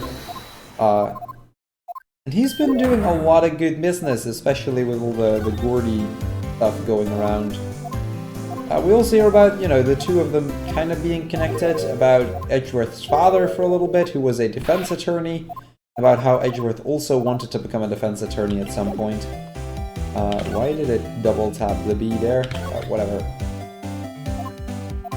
Gonna ask him about the samurai dogs, and he's planning to rename them Gord dogs after Gordy, because that is supposedly some sea creature, much like the Loch Ness Monster, that's been around the lake lately, and it's getting a lot of publicity. Basically, as these two were making a casual photo, they heard a loud bang, and in the background of the photo, we see Gordy rise up from the lake.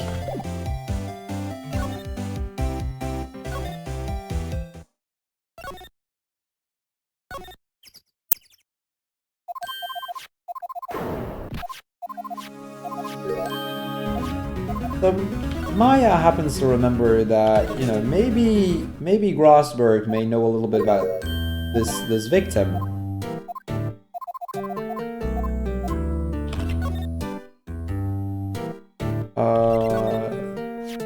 Report. So that turns out to be Robert Hammond. We're gonna ask him about Robert Hammond for a little bit, and it turns out that Robert Hammond was involved as the defense attorney during the Deal 6 incident. An accident that happened 15 years ago, which Edgeworth was involved in. Specifically, Edgeworth's father, who got murdered during the Deal 6 incident. That is the case that they used that spirit medium for, to see if they could find the murderer. The spirit medium being Misty Fey, the mother of Mia Fey.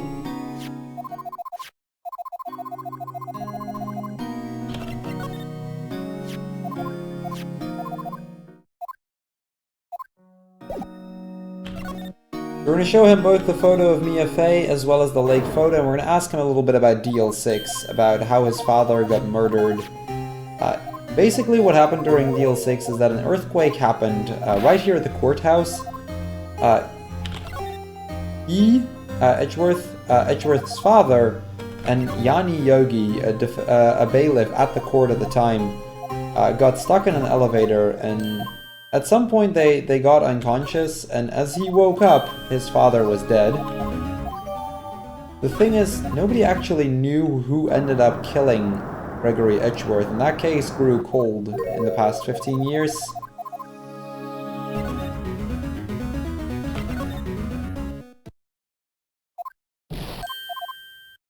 Almost always, Steppa, but there is a case, not specifically in this game, but in the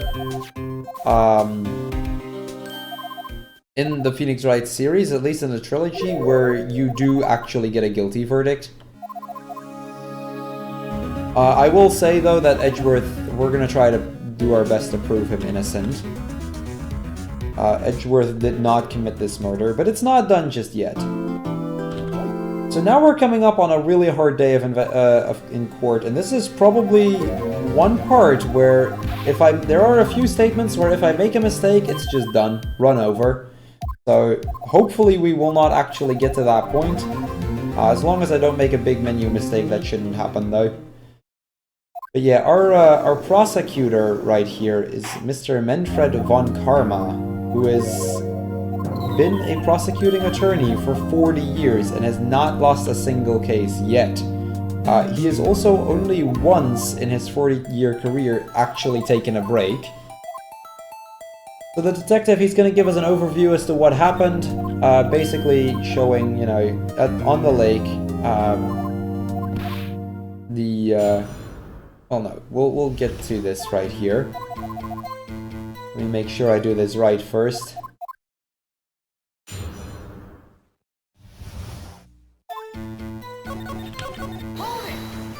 Yeah, they found the body in the lake.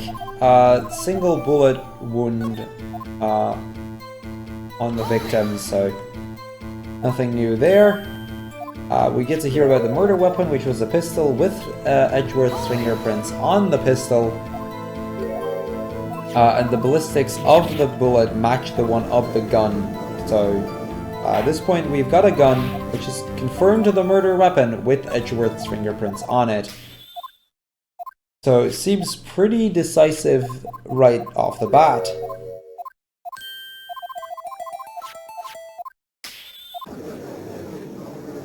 So Von Karma now forcing us into a bit of a break here, now that we have seen this decisive piece of evidence. And then, well, we're gonna get back in here and gonna hear from our witness.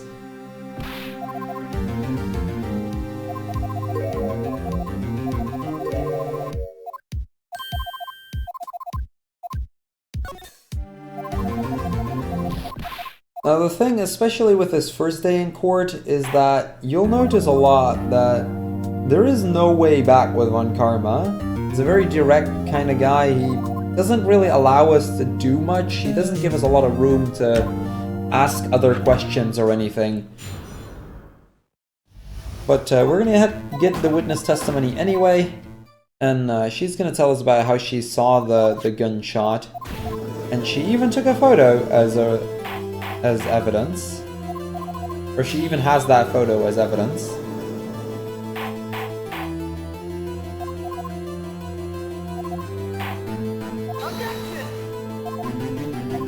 So now, of course, we're going to ask for a cross-examination. I mean, Von Karma finds it completely useless and tells us, you know, okay, I'll accept, but if you fail to find anything, you'll be held in contempt of court for stalling this case. So we have literally got one shot at finding something here.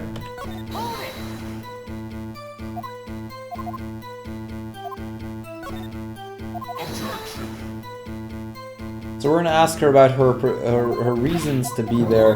Von Karma is like, yeah, that's not relevant at all. We're not gonna go into that. And that counts for pretty much every time I'm going to press here. We're gonna get objected to every single time, and we're not gonna get a room to actually do anything.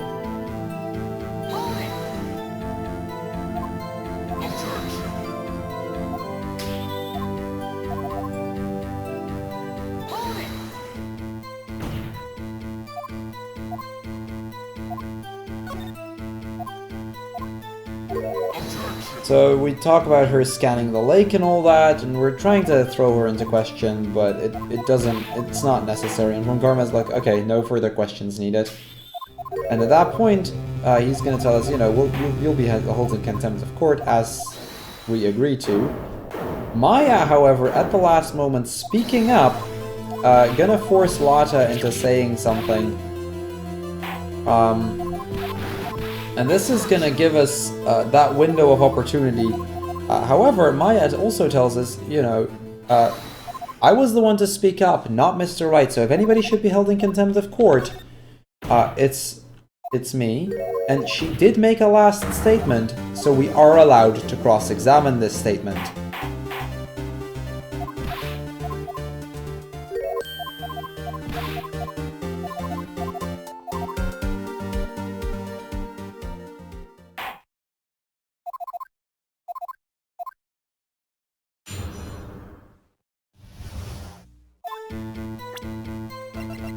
And basically she says that she saw it as clear as day, but she didn't. And this is where we got our window of opportunity. Because of the fog, there is no way she could have gotten a clear view as to who was actually in the boat. And that is a contradiction right there. So now the question is, how the hell did she see Edgeworth?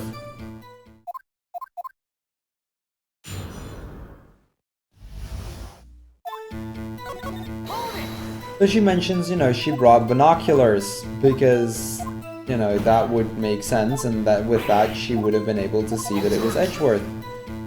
kind of weird in that she was supposedly looking for a meteor shower, which you'd probably be bringing a telescope of sorts or something along, and you would not be looking at that right there. We're gonna object though using the camera, because, you know, first of all it was looking for loud noises, which is weird.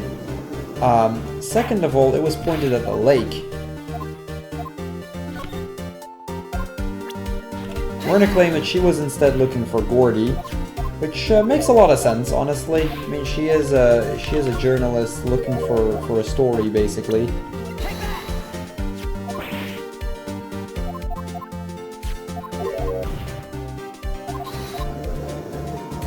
So we claim that, you know, even if she was using the binoculars, she would probably have been scanning the lake rather than looking for, or looking at the boat with her binoculars.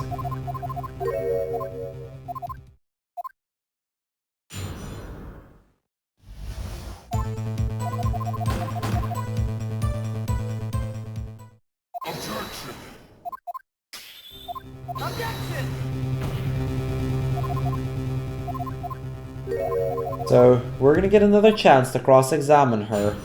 Let's see how we will fare.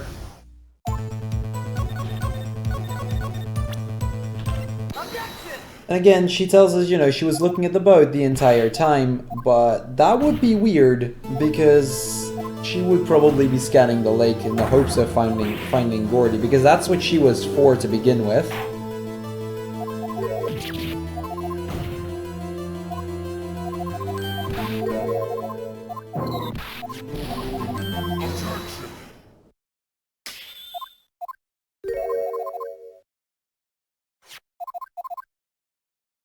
So she also mentions that, you know, there supposedly was an enlargement. This next statement, by the way, I have to just mash A, but if I choose anything other than the first option, it's over, done. Case closed, guilty verdict, end of the game.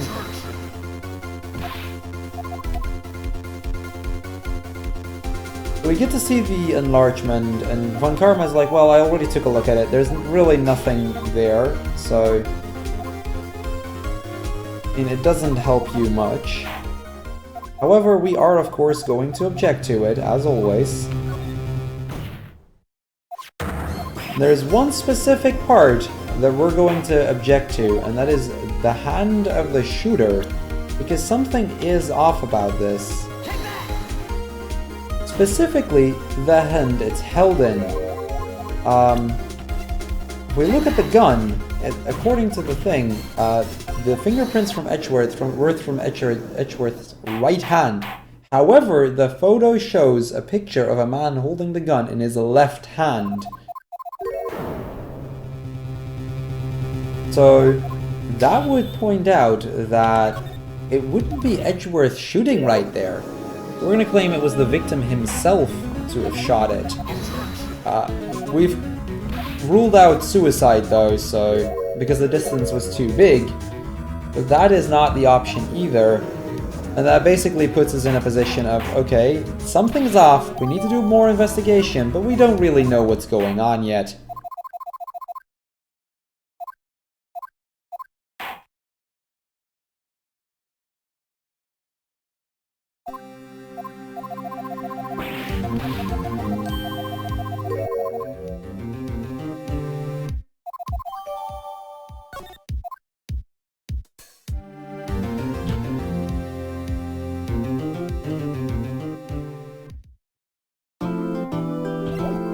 So that's one day done. On to the next day. And with the next day, we're going to do some more investigating, see what we can find, see if we can actually get a clue as to what actually was going on there. I mean, we know that at this point the fingerprints don't match up, but we still don't really know anything, really. We meet up with Mr. Gumshoe again. We're gonna ask her about Maya. Once it's been paid for, she's free to go, and we get to hear a little bit about DL6, but most importantly, it turns out there was another witness that we have yet to hear, so That other witness will be taken into the courtroom tomorrow. So we'll have to hear from yet another witness to see what we can find.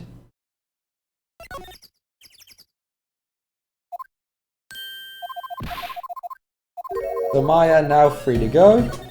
However, we did not pay for it. It was Edgeworth that actually bailed her out.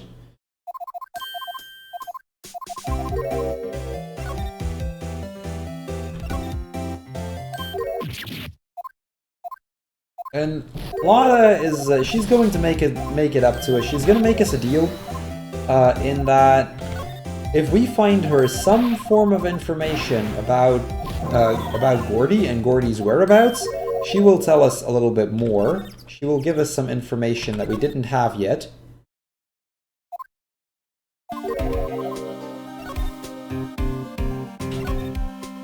So who better to help us than Detective Dick Gumshoe? I mean, he's really good at researching stuff.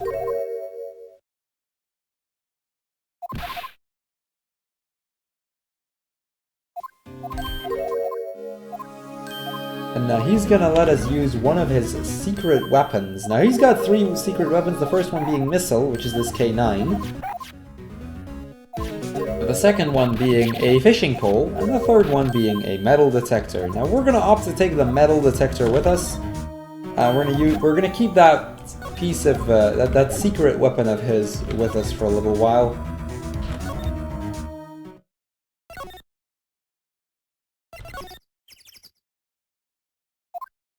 Now, as we get here, we see that giant inflatable Steel Samurai. You know, Steel Samurai still being really popular despite the show being cancelled. And as soon as we get to the boat rental, we find this air tank with some flags on it. The metal detector going off there and actually showing us that. And we're going to show this air tank to our good old friend Larry, because, you know, when something smells, it's usually the butts. I took the wrong option there. Supposed to say it is yours.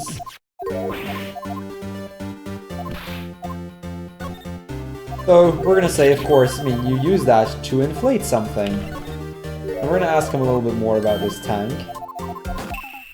And it turns out that a little before the murder, that air tank,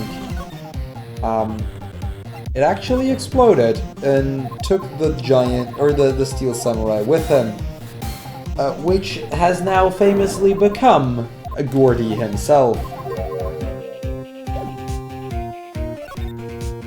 So we're gonna talk to Lotta about that, and we're gonna tell her that Gordy is not just that monster that we were talking about. It's instead an inflatable doll that happened to start flying because of an air tank exploding.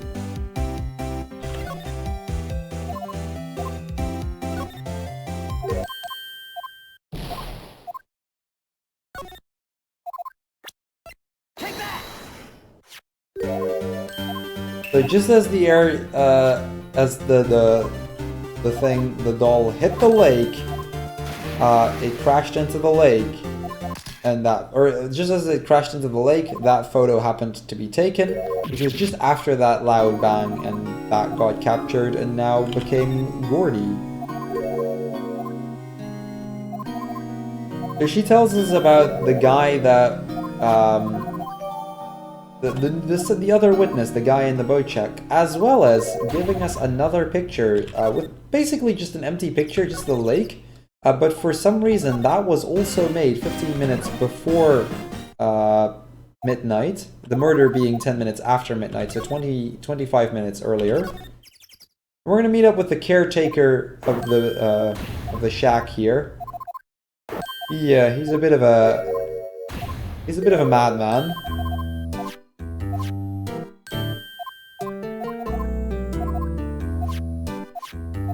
So first and foremost, we're gonna examine Polly over here.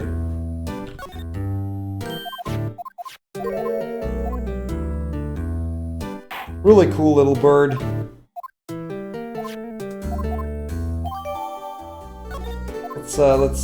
make sure to keep in mind. And if we use secret words on Polly, supposedly, she will give us pieces of information. So, this man, he confuses us for his grandchildren, and we're gonna promise to take over the shack. The wet noodle, which, you know, the noodle shop, even though it's a boat rental shop, but you know.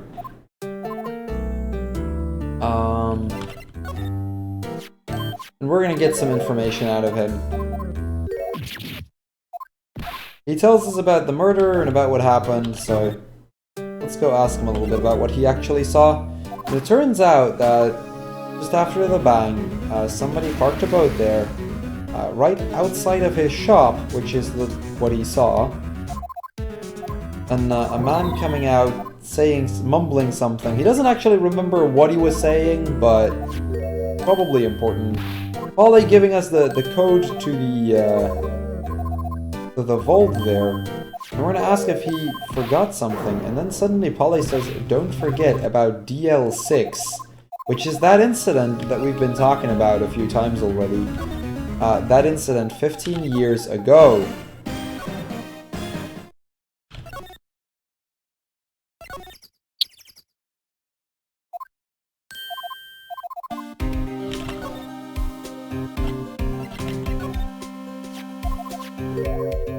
So we mentioned this to Gumshoe that for some reason the bird happened to know about DL6, which is odd to say the least.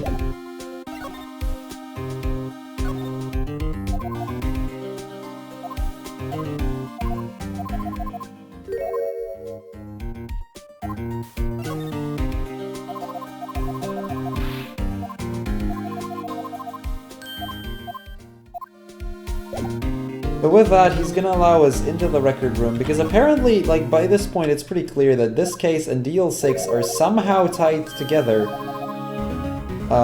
So we're gonna go into the records room and we're gonna get some information on this DL6 incident.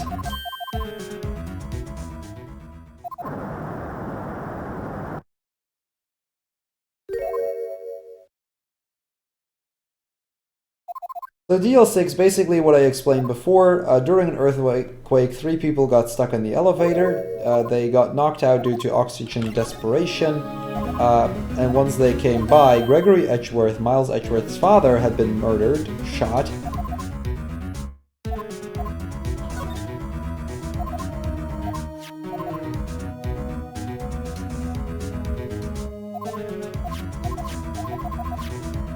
The main suspect being Yanni Yogi, the bailiff that was in the court, our current victim, Robert Hammond, being the defense attorney from Yanni Yogi at the time of the incident.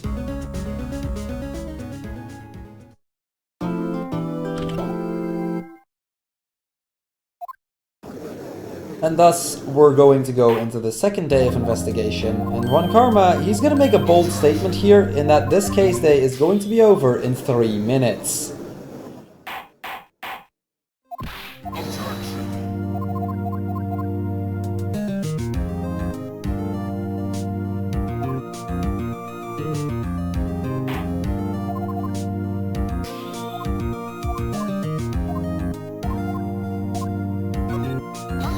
So he does not actually tell us his name, and Von Karma claims that, you know, we've got 3 minutes, and he does not remember his name. The judge agrees that he should call his name, but, you know, at that point the guy says, well, I don't actually remember my name. He does remember the events of the murder here very, very clearly. Oh, I'm sorry, second day in court, my bad. Second day of investigation we just finished. Of course, as always, we're going to cross-examine this guy. And with that, the 3 minutes run out, and thus Von Karma gets a little mad. But, you know, we've got more than enough time.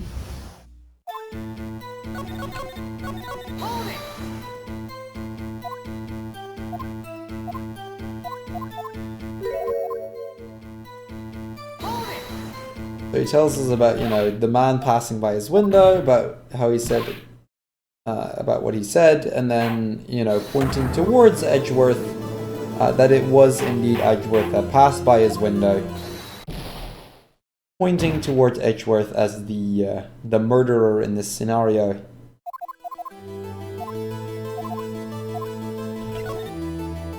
We're just gonna wait and see what happens. We could raise objections, but it doesn't actually do anything, and it just gets more text, so not gonna be useful. Von Karma still being happy because, you know, we still finished it in 15 minutes. It's still very, very quick. We're gonna get our guilty verdict here. And with that, well, it's pretty much over. Except for it's not! Because at that point, Larry Butts decides to run in. Because he also heard the gunshot. Now this is our window of opportunity. Remember that Von Karma has not lost a case in 40 years. And he has prepared every single one of his witnesses, but this one has not yet been prepared. The judge agreeing with us, you know, we should probably have everyone be heard just to be safe, because it is a man's life that's on the line here. So we're gonna get an opportunity to cross-examine Larry Butts.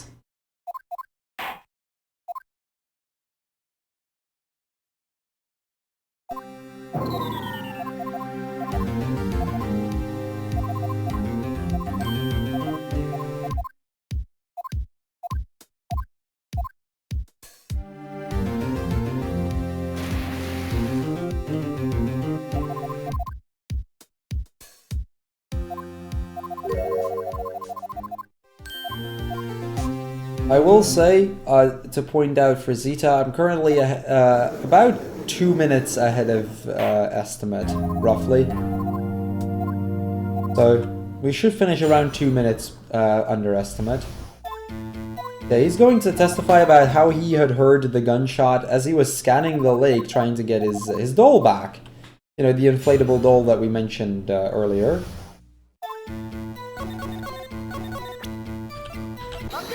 However, he mentions that it was just before midnight. Sorry, he mentions that he heard one bang. I will get to the other part real quick. But he mentioned that he heard one bang, whereas every other witness mentioned there were two. He also says, you know, I wasn't really sure because I was listening to the radio, so I may have missed a second gunshot.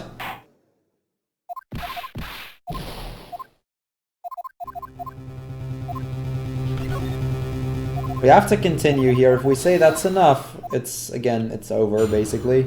Need to be really careful with the menus here. So Larry telling a little bit about what he heard, about hearing a gunshot before midnight. So we are, of course, going to press here. Now, the main thing about this piece of testimony is that, you know, the DJ said it's almost Christmas. Basically meaning you heard the shot before Christmas. And that completely contradicts Lotta's testimony in that the murder happened 15 minutes after midnight on Christmas Day. So supposedly, Larry heard a gunshot before midnight, and then there were two gunshots later, 15 minutes after midnight.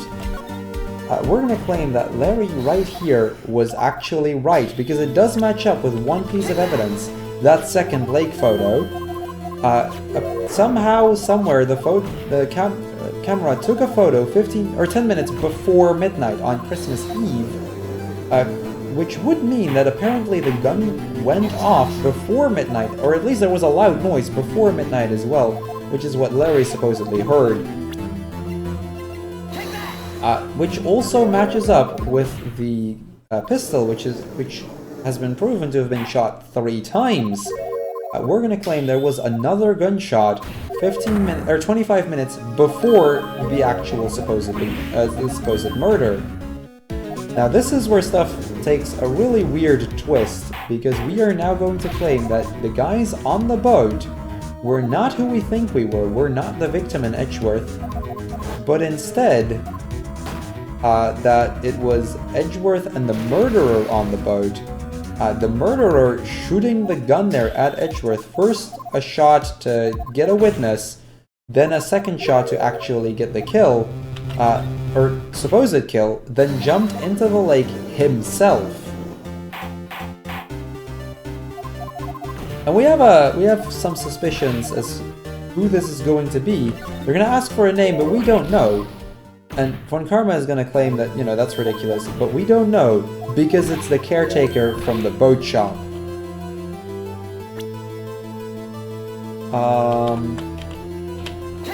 We're gonna claim the murder actually took place right here at the boat shop rather than in the center of the lake. That as Larry was searching the lake, he heard the gunshot. He was fairly close by at that point, so, you know, with being that close, he would hear it over his radio. The caretaker shooting Robert Hammond, dumping him into the lake, getting Edgeworth on the lake with him, shooting a gun, first to get a witness, second to get, or second to supposedly get the kill, then jumping into the lake himself, making it look like Edgeworth was the one to commit the murder.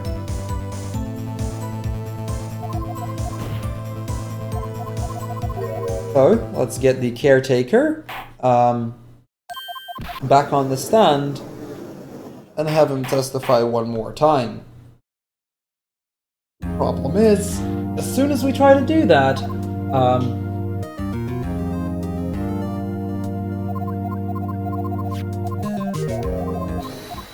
it definitely, you know, it turns out that the guy has left. Now, Edgeworth shows us a letter that he got a few days before the murder, telling him to be on that exact spot at that exact time.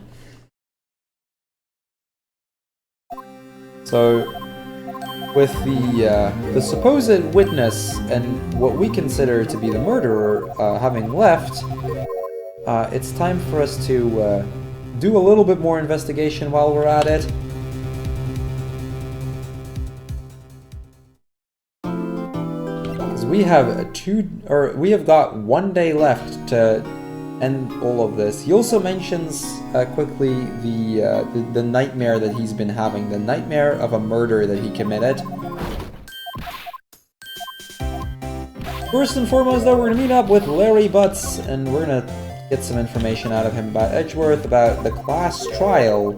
And this is actually something that was a major influence for Phoenix Wright.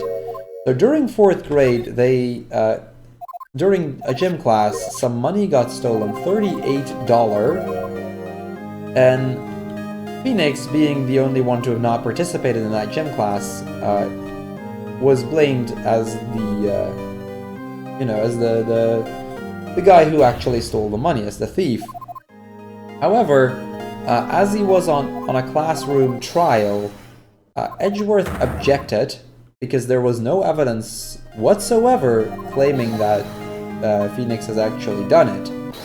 Larry, at that point, also taking Phoenix's side and also starting to defend Phoenix, and at that point, Phoenix being claimed to be innocent of this theft, getting away with it, and those three have been good buddies since.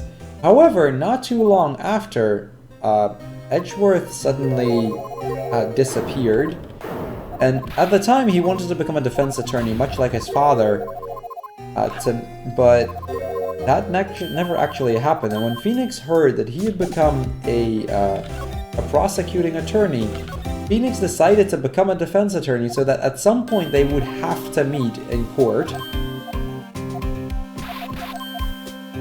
Just a nice little bit of background on these two people and their relationship. You know, they've known each other for a very long time, but the very reason that Phoenix became a defense attorney was just so that he could meet Edgeworth sooner or later.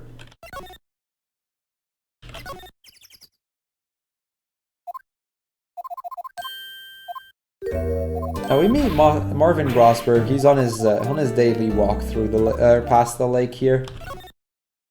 Just gonna say hello, and we're gonna investigate this caretaker's shack real quick. Specifically, we're going to investigate this safe. The caretaker not actually being here. Let's see what was in this safe all along. I'm going to ask Polly for the number 1228, and in there we find a letter with details and instructions as to how to commit this murder. Pretty much exactly what we figured out in court today. So let's take that letter with us. We don't actually recognize the handwriting or anything, but it's definitely suspicious at that.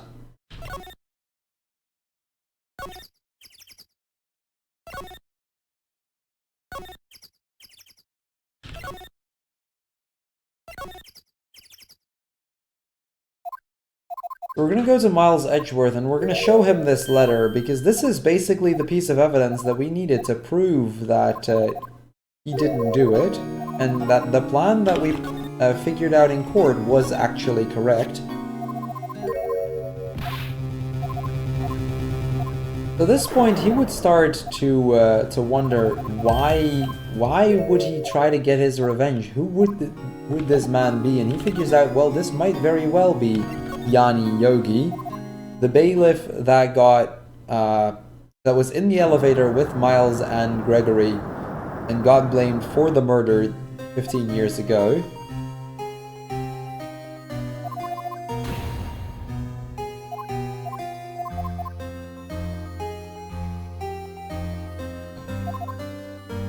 This is also the point where he is going to tell us a little bit about this nightmare that he's been having, because supposedly Miles has been having a nightmare for 15 years of the days of that, or about the day of the event. So we're going to ask a little bit more about that, see what he has to say. And it turns out 15 years ago in the elevator, the two of them, like his father and Yanni Yogi, they were fighting, and Edgeworth wanted that to stop, and then he saw a pistol lie at his feet. He threw that to in the hopes that the two of them would stop fighting. At that point, he heard a bang, a scream, and then he got knocked out because of the lack of oxygen.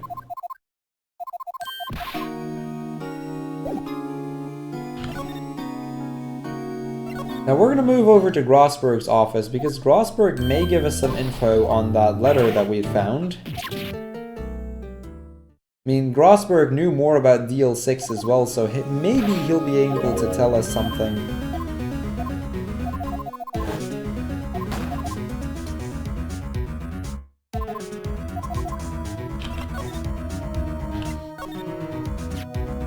We're specifically going to show him that letter, and we're going to ask if he recognizes the handwriting. He recognizes it, but he can't remember right off the bat whose it was, until we tell him Manfred von Karma, and it is indeed von Karma's handwriting. So somehow von Karma is actually involved in this murder.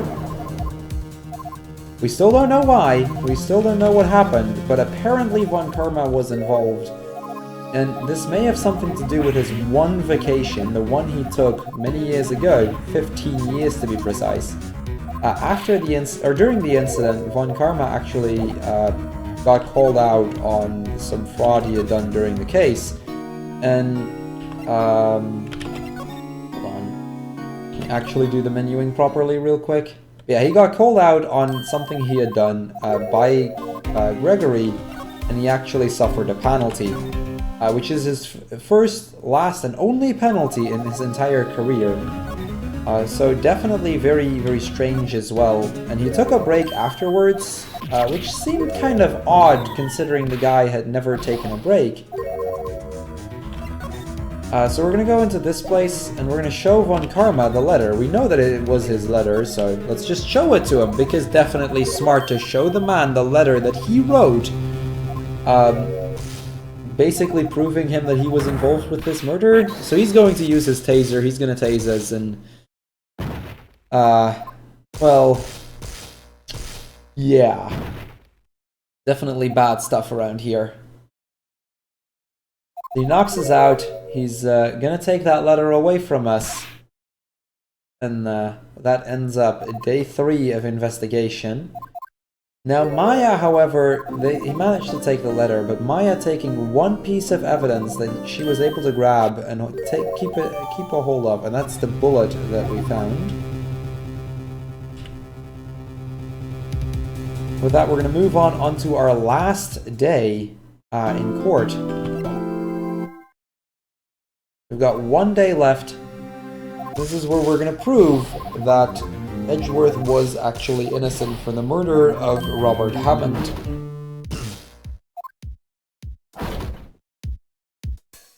They're still kind of shocked from that taser, but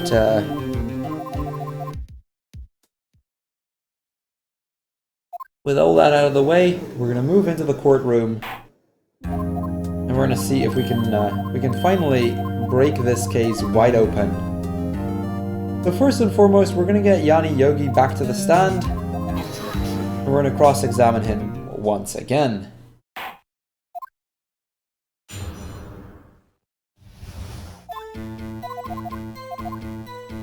So Yanni Yogi tells us, well, since I didn't have a motive, I figured I wasn't really needed here anymore, so I just left.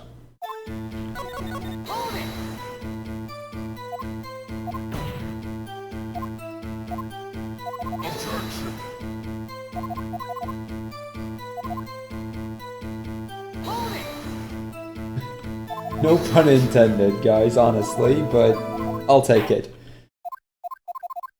Yeah, we're gonna claim that we know the name of this witness, and that so far he's only been telling us lies. And we are going to claim that this man is named Yanni Yogi, the court bailiff from the Deal 6 incident. Now Edgeworth, of course, telling us, you know, you've got no way of proving this unless you want to cross-examine the parrot or something. Well, that actually seems like a reasonable plan. First of all, we consider, you know, we could track his fingerprints. If they match up, we know for a fact that it was him. But he doesn't have fingerprints because of working at a chemical plant at some point.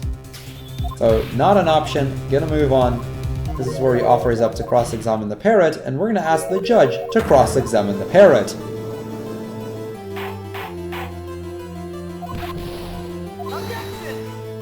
Now, of course, One Karma objecting to it because it's ridiculous, but it was his offer, so he is forced to accept, and we are actually going to be cross-examining the parrot. Now, we could ask the parrot if we'd forgotten something, but the parrot would tell us nothing because he had forgotten at that point. So we're gonna have to go for somewhat more circumstantial things.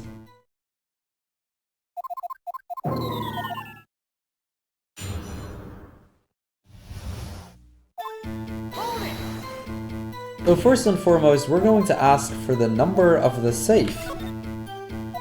Very risky, of course, for a parrot to just say that, but we're going to say that it is relevant because of the Deal 6 case file. Specifically the case summary. 12/28 is the day of that the Deal 6 incident took place. So there's some relevance there. So of course, we're going to ask a second time because that could just be a mere coincidence, and we're going to ask for her name, which is Polly, which coincidentally happens to do something with the case as well. Specifically, we're going to show off the Deal 6 case file a second time, and this time we're going to point towards the suspect data, Polly being the name of the fiancé of Yanni Yogi, who committed suicide as a result of the event.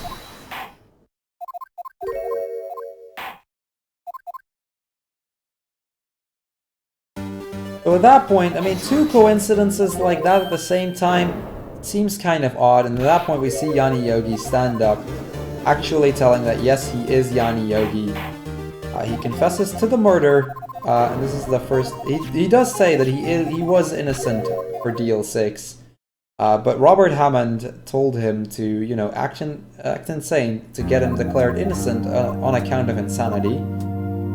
Act that he suffered from brain damage during the event. So, he was innocent of that one, but he did commit this one. He confesses, and we're gonna get our not guilty verdict. Now, this is not timed just yet, so hold on, Zeta, with that. Because Miles, he's going to object, and he's going to confess about the Deal 6 incident. Basically about that dream that he's been having for the past 15 years. We're just going to leave it to Edgeworth because otherwise we just get more text and, you know, More text.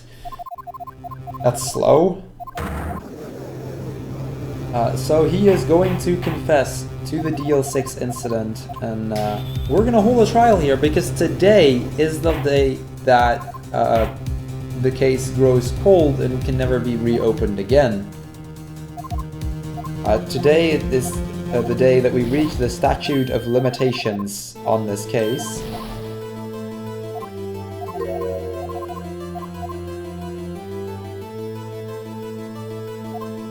Okay, so we go back into court, and we're gonna figure this out right here, right now.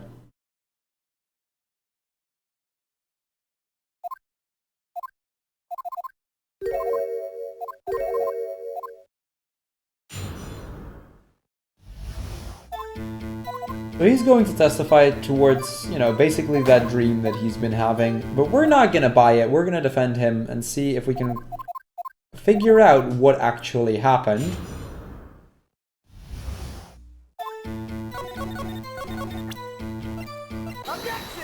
So we're gonna mention, you know, first and foremost, there were 2 gunshots, but you only mentioned 1. And we have an idea as to where that second gunshot went. Specifically, I mean, we've got this weird hole in the elevator right there. We're going to point out that the gunshot that he heard actually went into the elevator door rather than into his father.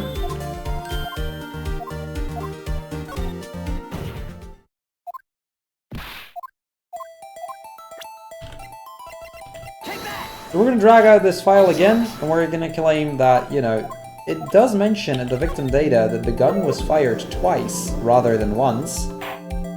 So somewhere down the line there must have been a second gunshot, and that may have potentially been the shot that actually ended up killing Gregory Edgeworth.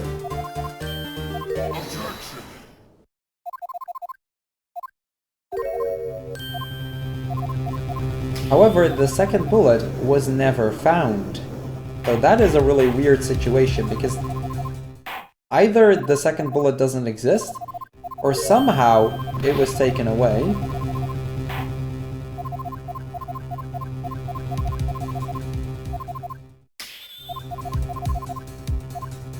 So we're going to object, because we might as well, because we're grasping for straws. We basically don't really have any line of thought to go on.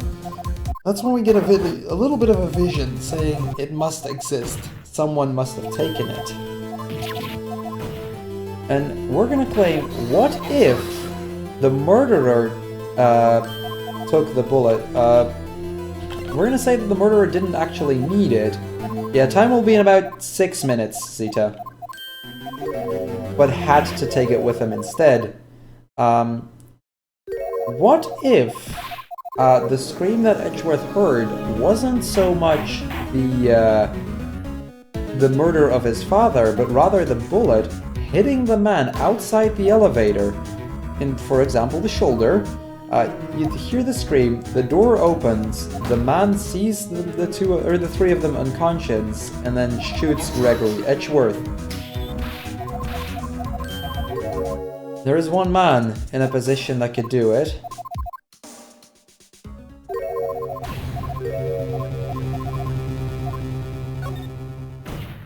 So we're gonna call that now, what if the man in question, the murderer, was Manfred von Karma? Now, of course, we need to somehow prove that he was the guy, because, you know, evidence is everything.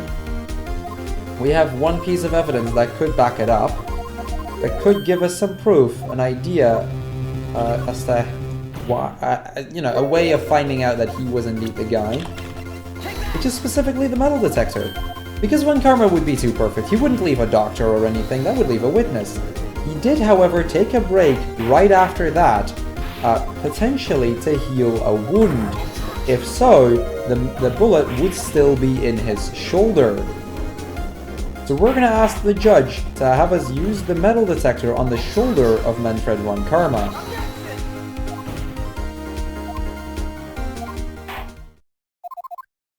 The judge allowing just that, we're gonna scan his shoulder, And there is indeed something made of metal in his shoulder. Von Karma now claiming that that was a different bullet, another from a completely unrelated accident. And we can't prove that it is the same bullet. Except we can. Von Karma claims that, you know, he's not the one to have to prove anything. The defense is. But we have one piece of evidence that can prove just that. Which is the bullet that Maya took with her. All we need to do is take the bullet out of Von Karma's shoulder, match the ballistics with the bullet found in Gregory Edgeworth, and if the ballistics match up, that means they were fired by the same gun. And at that point, it can't be anything other than that Von Karma was the murderer.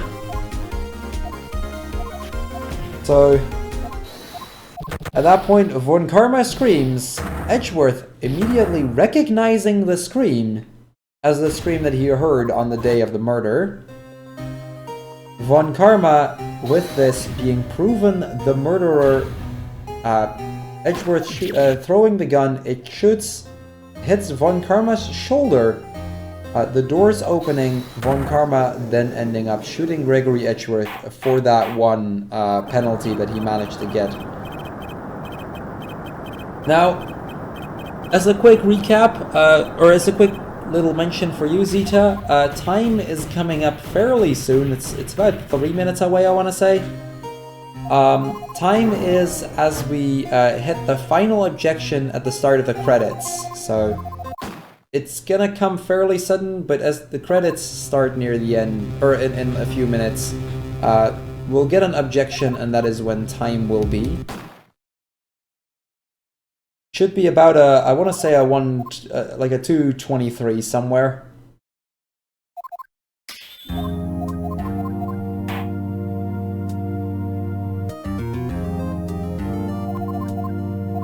The scream is not solid evidence, but the fact that the ballistics on the bullets are. If Von Karma would still claim to be innocent, the judge could force him to have that bullet removed. We could check the ballistics and we would know instantly. Because if the ballistics match up, that proves that Von Karma did it. Or somehow got shot by the same gun, but that is, you know, that would be a very, very, very far stretch right there. So Von Karma, knowing this, basically confessing to the murder.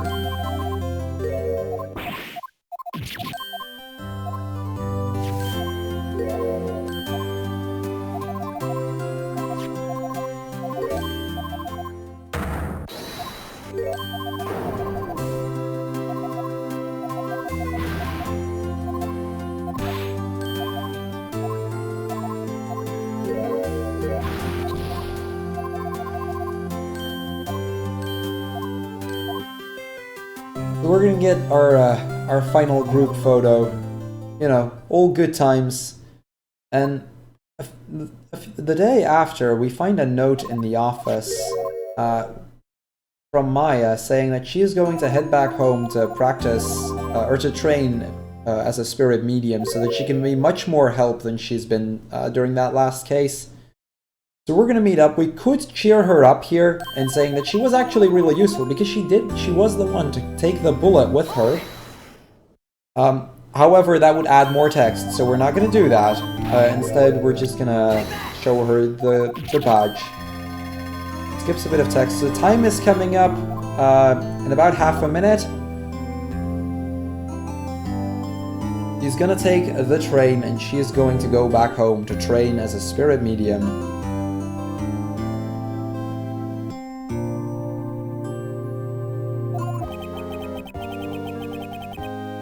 So as soon as you hear the objection, that's time.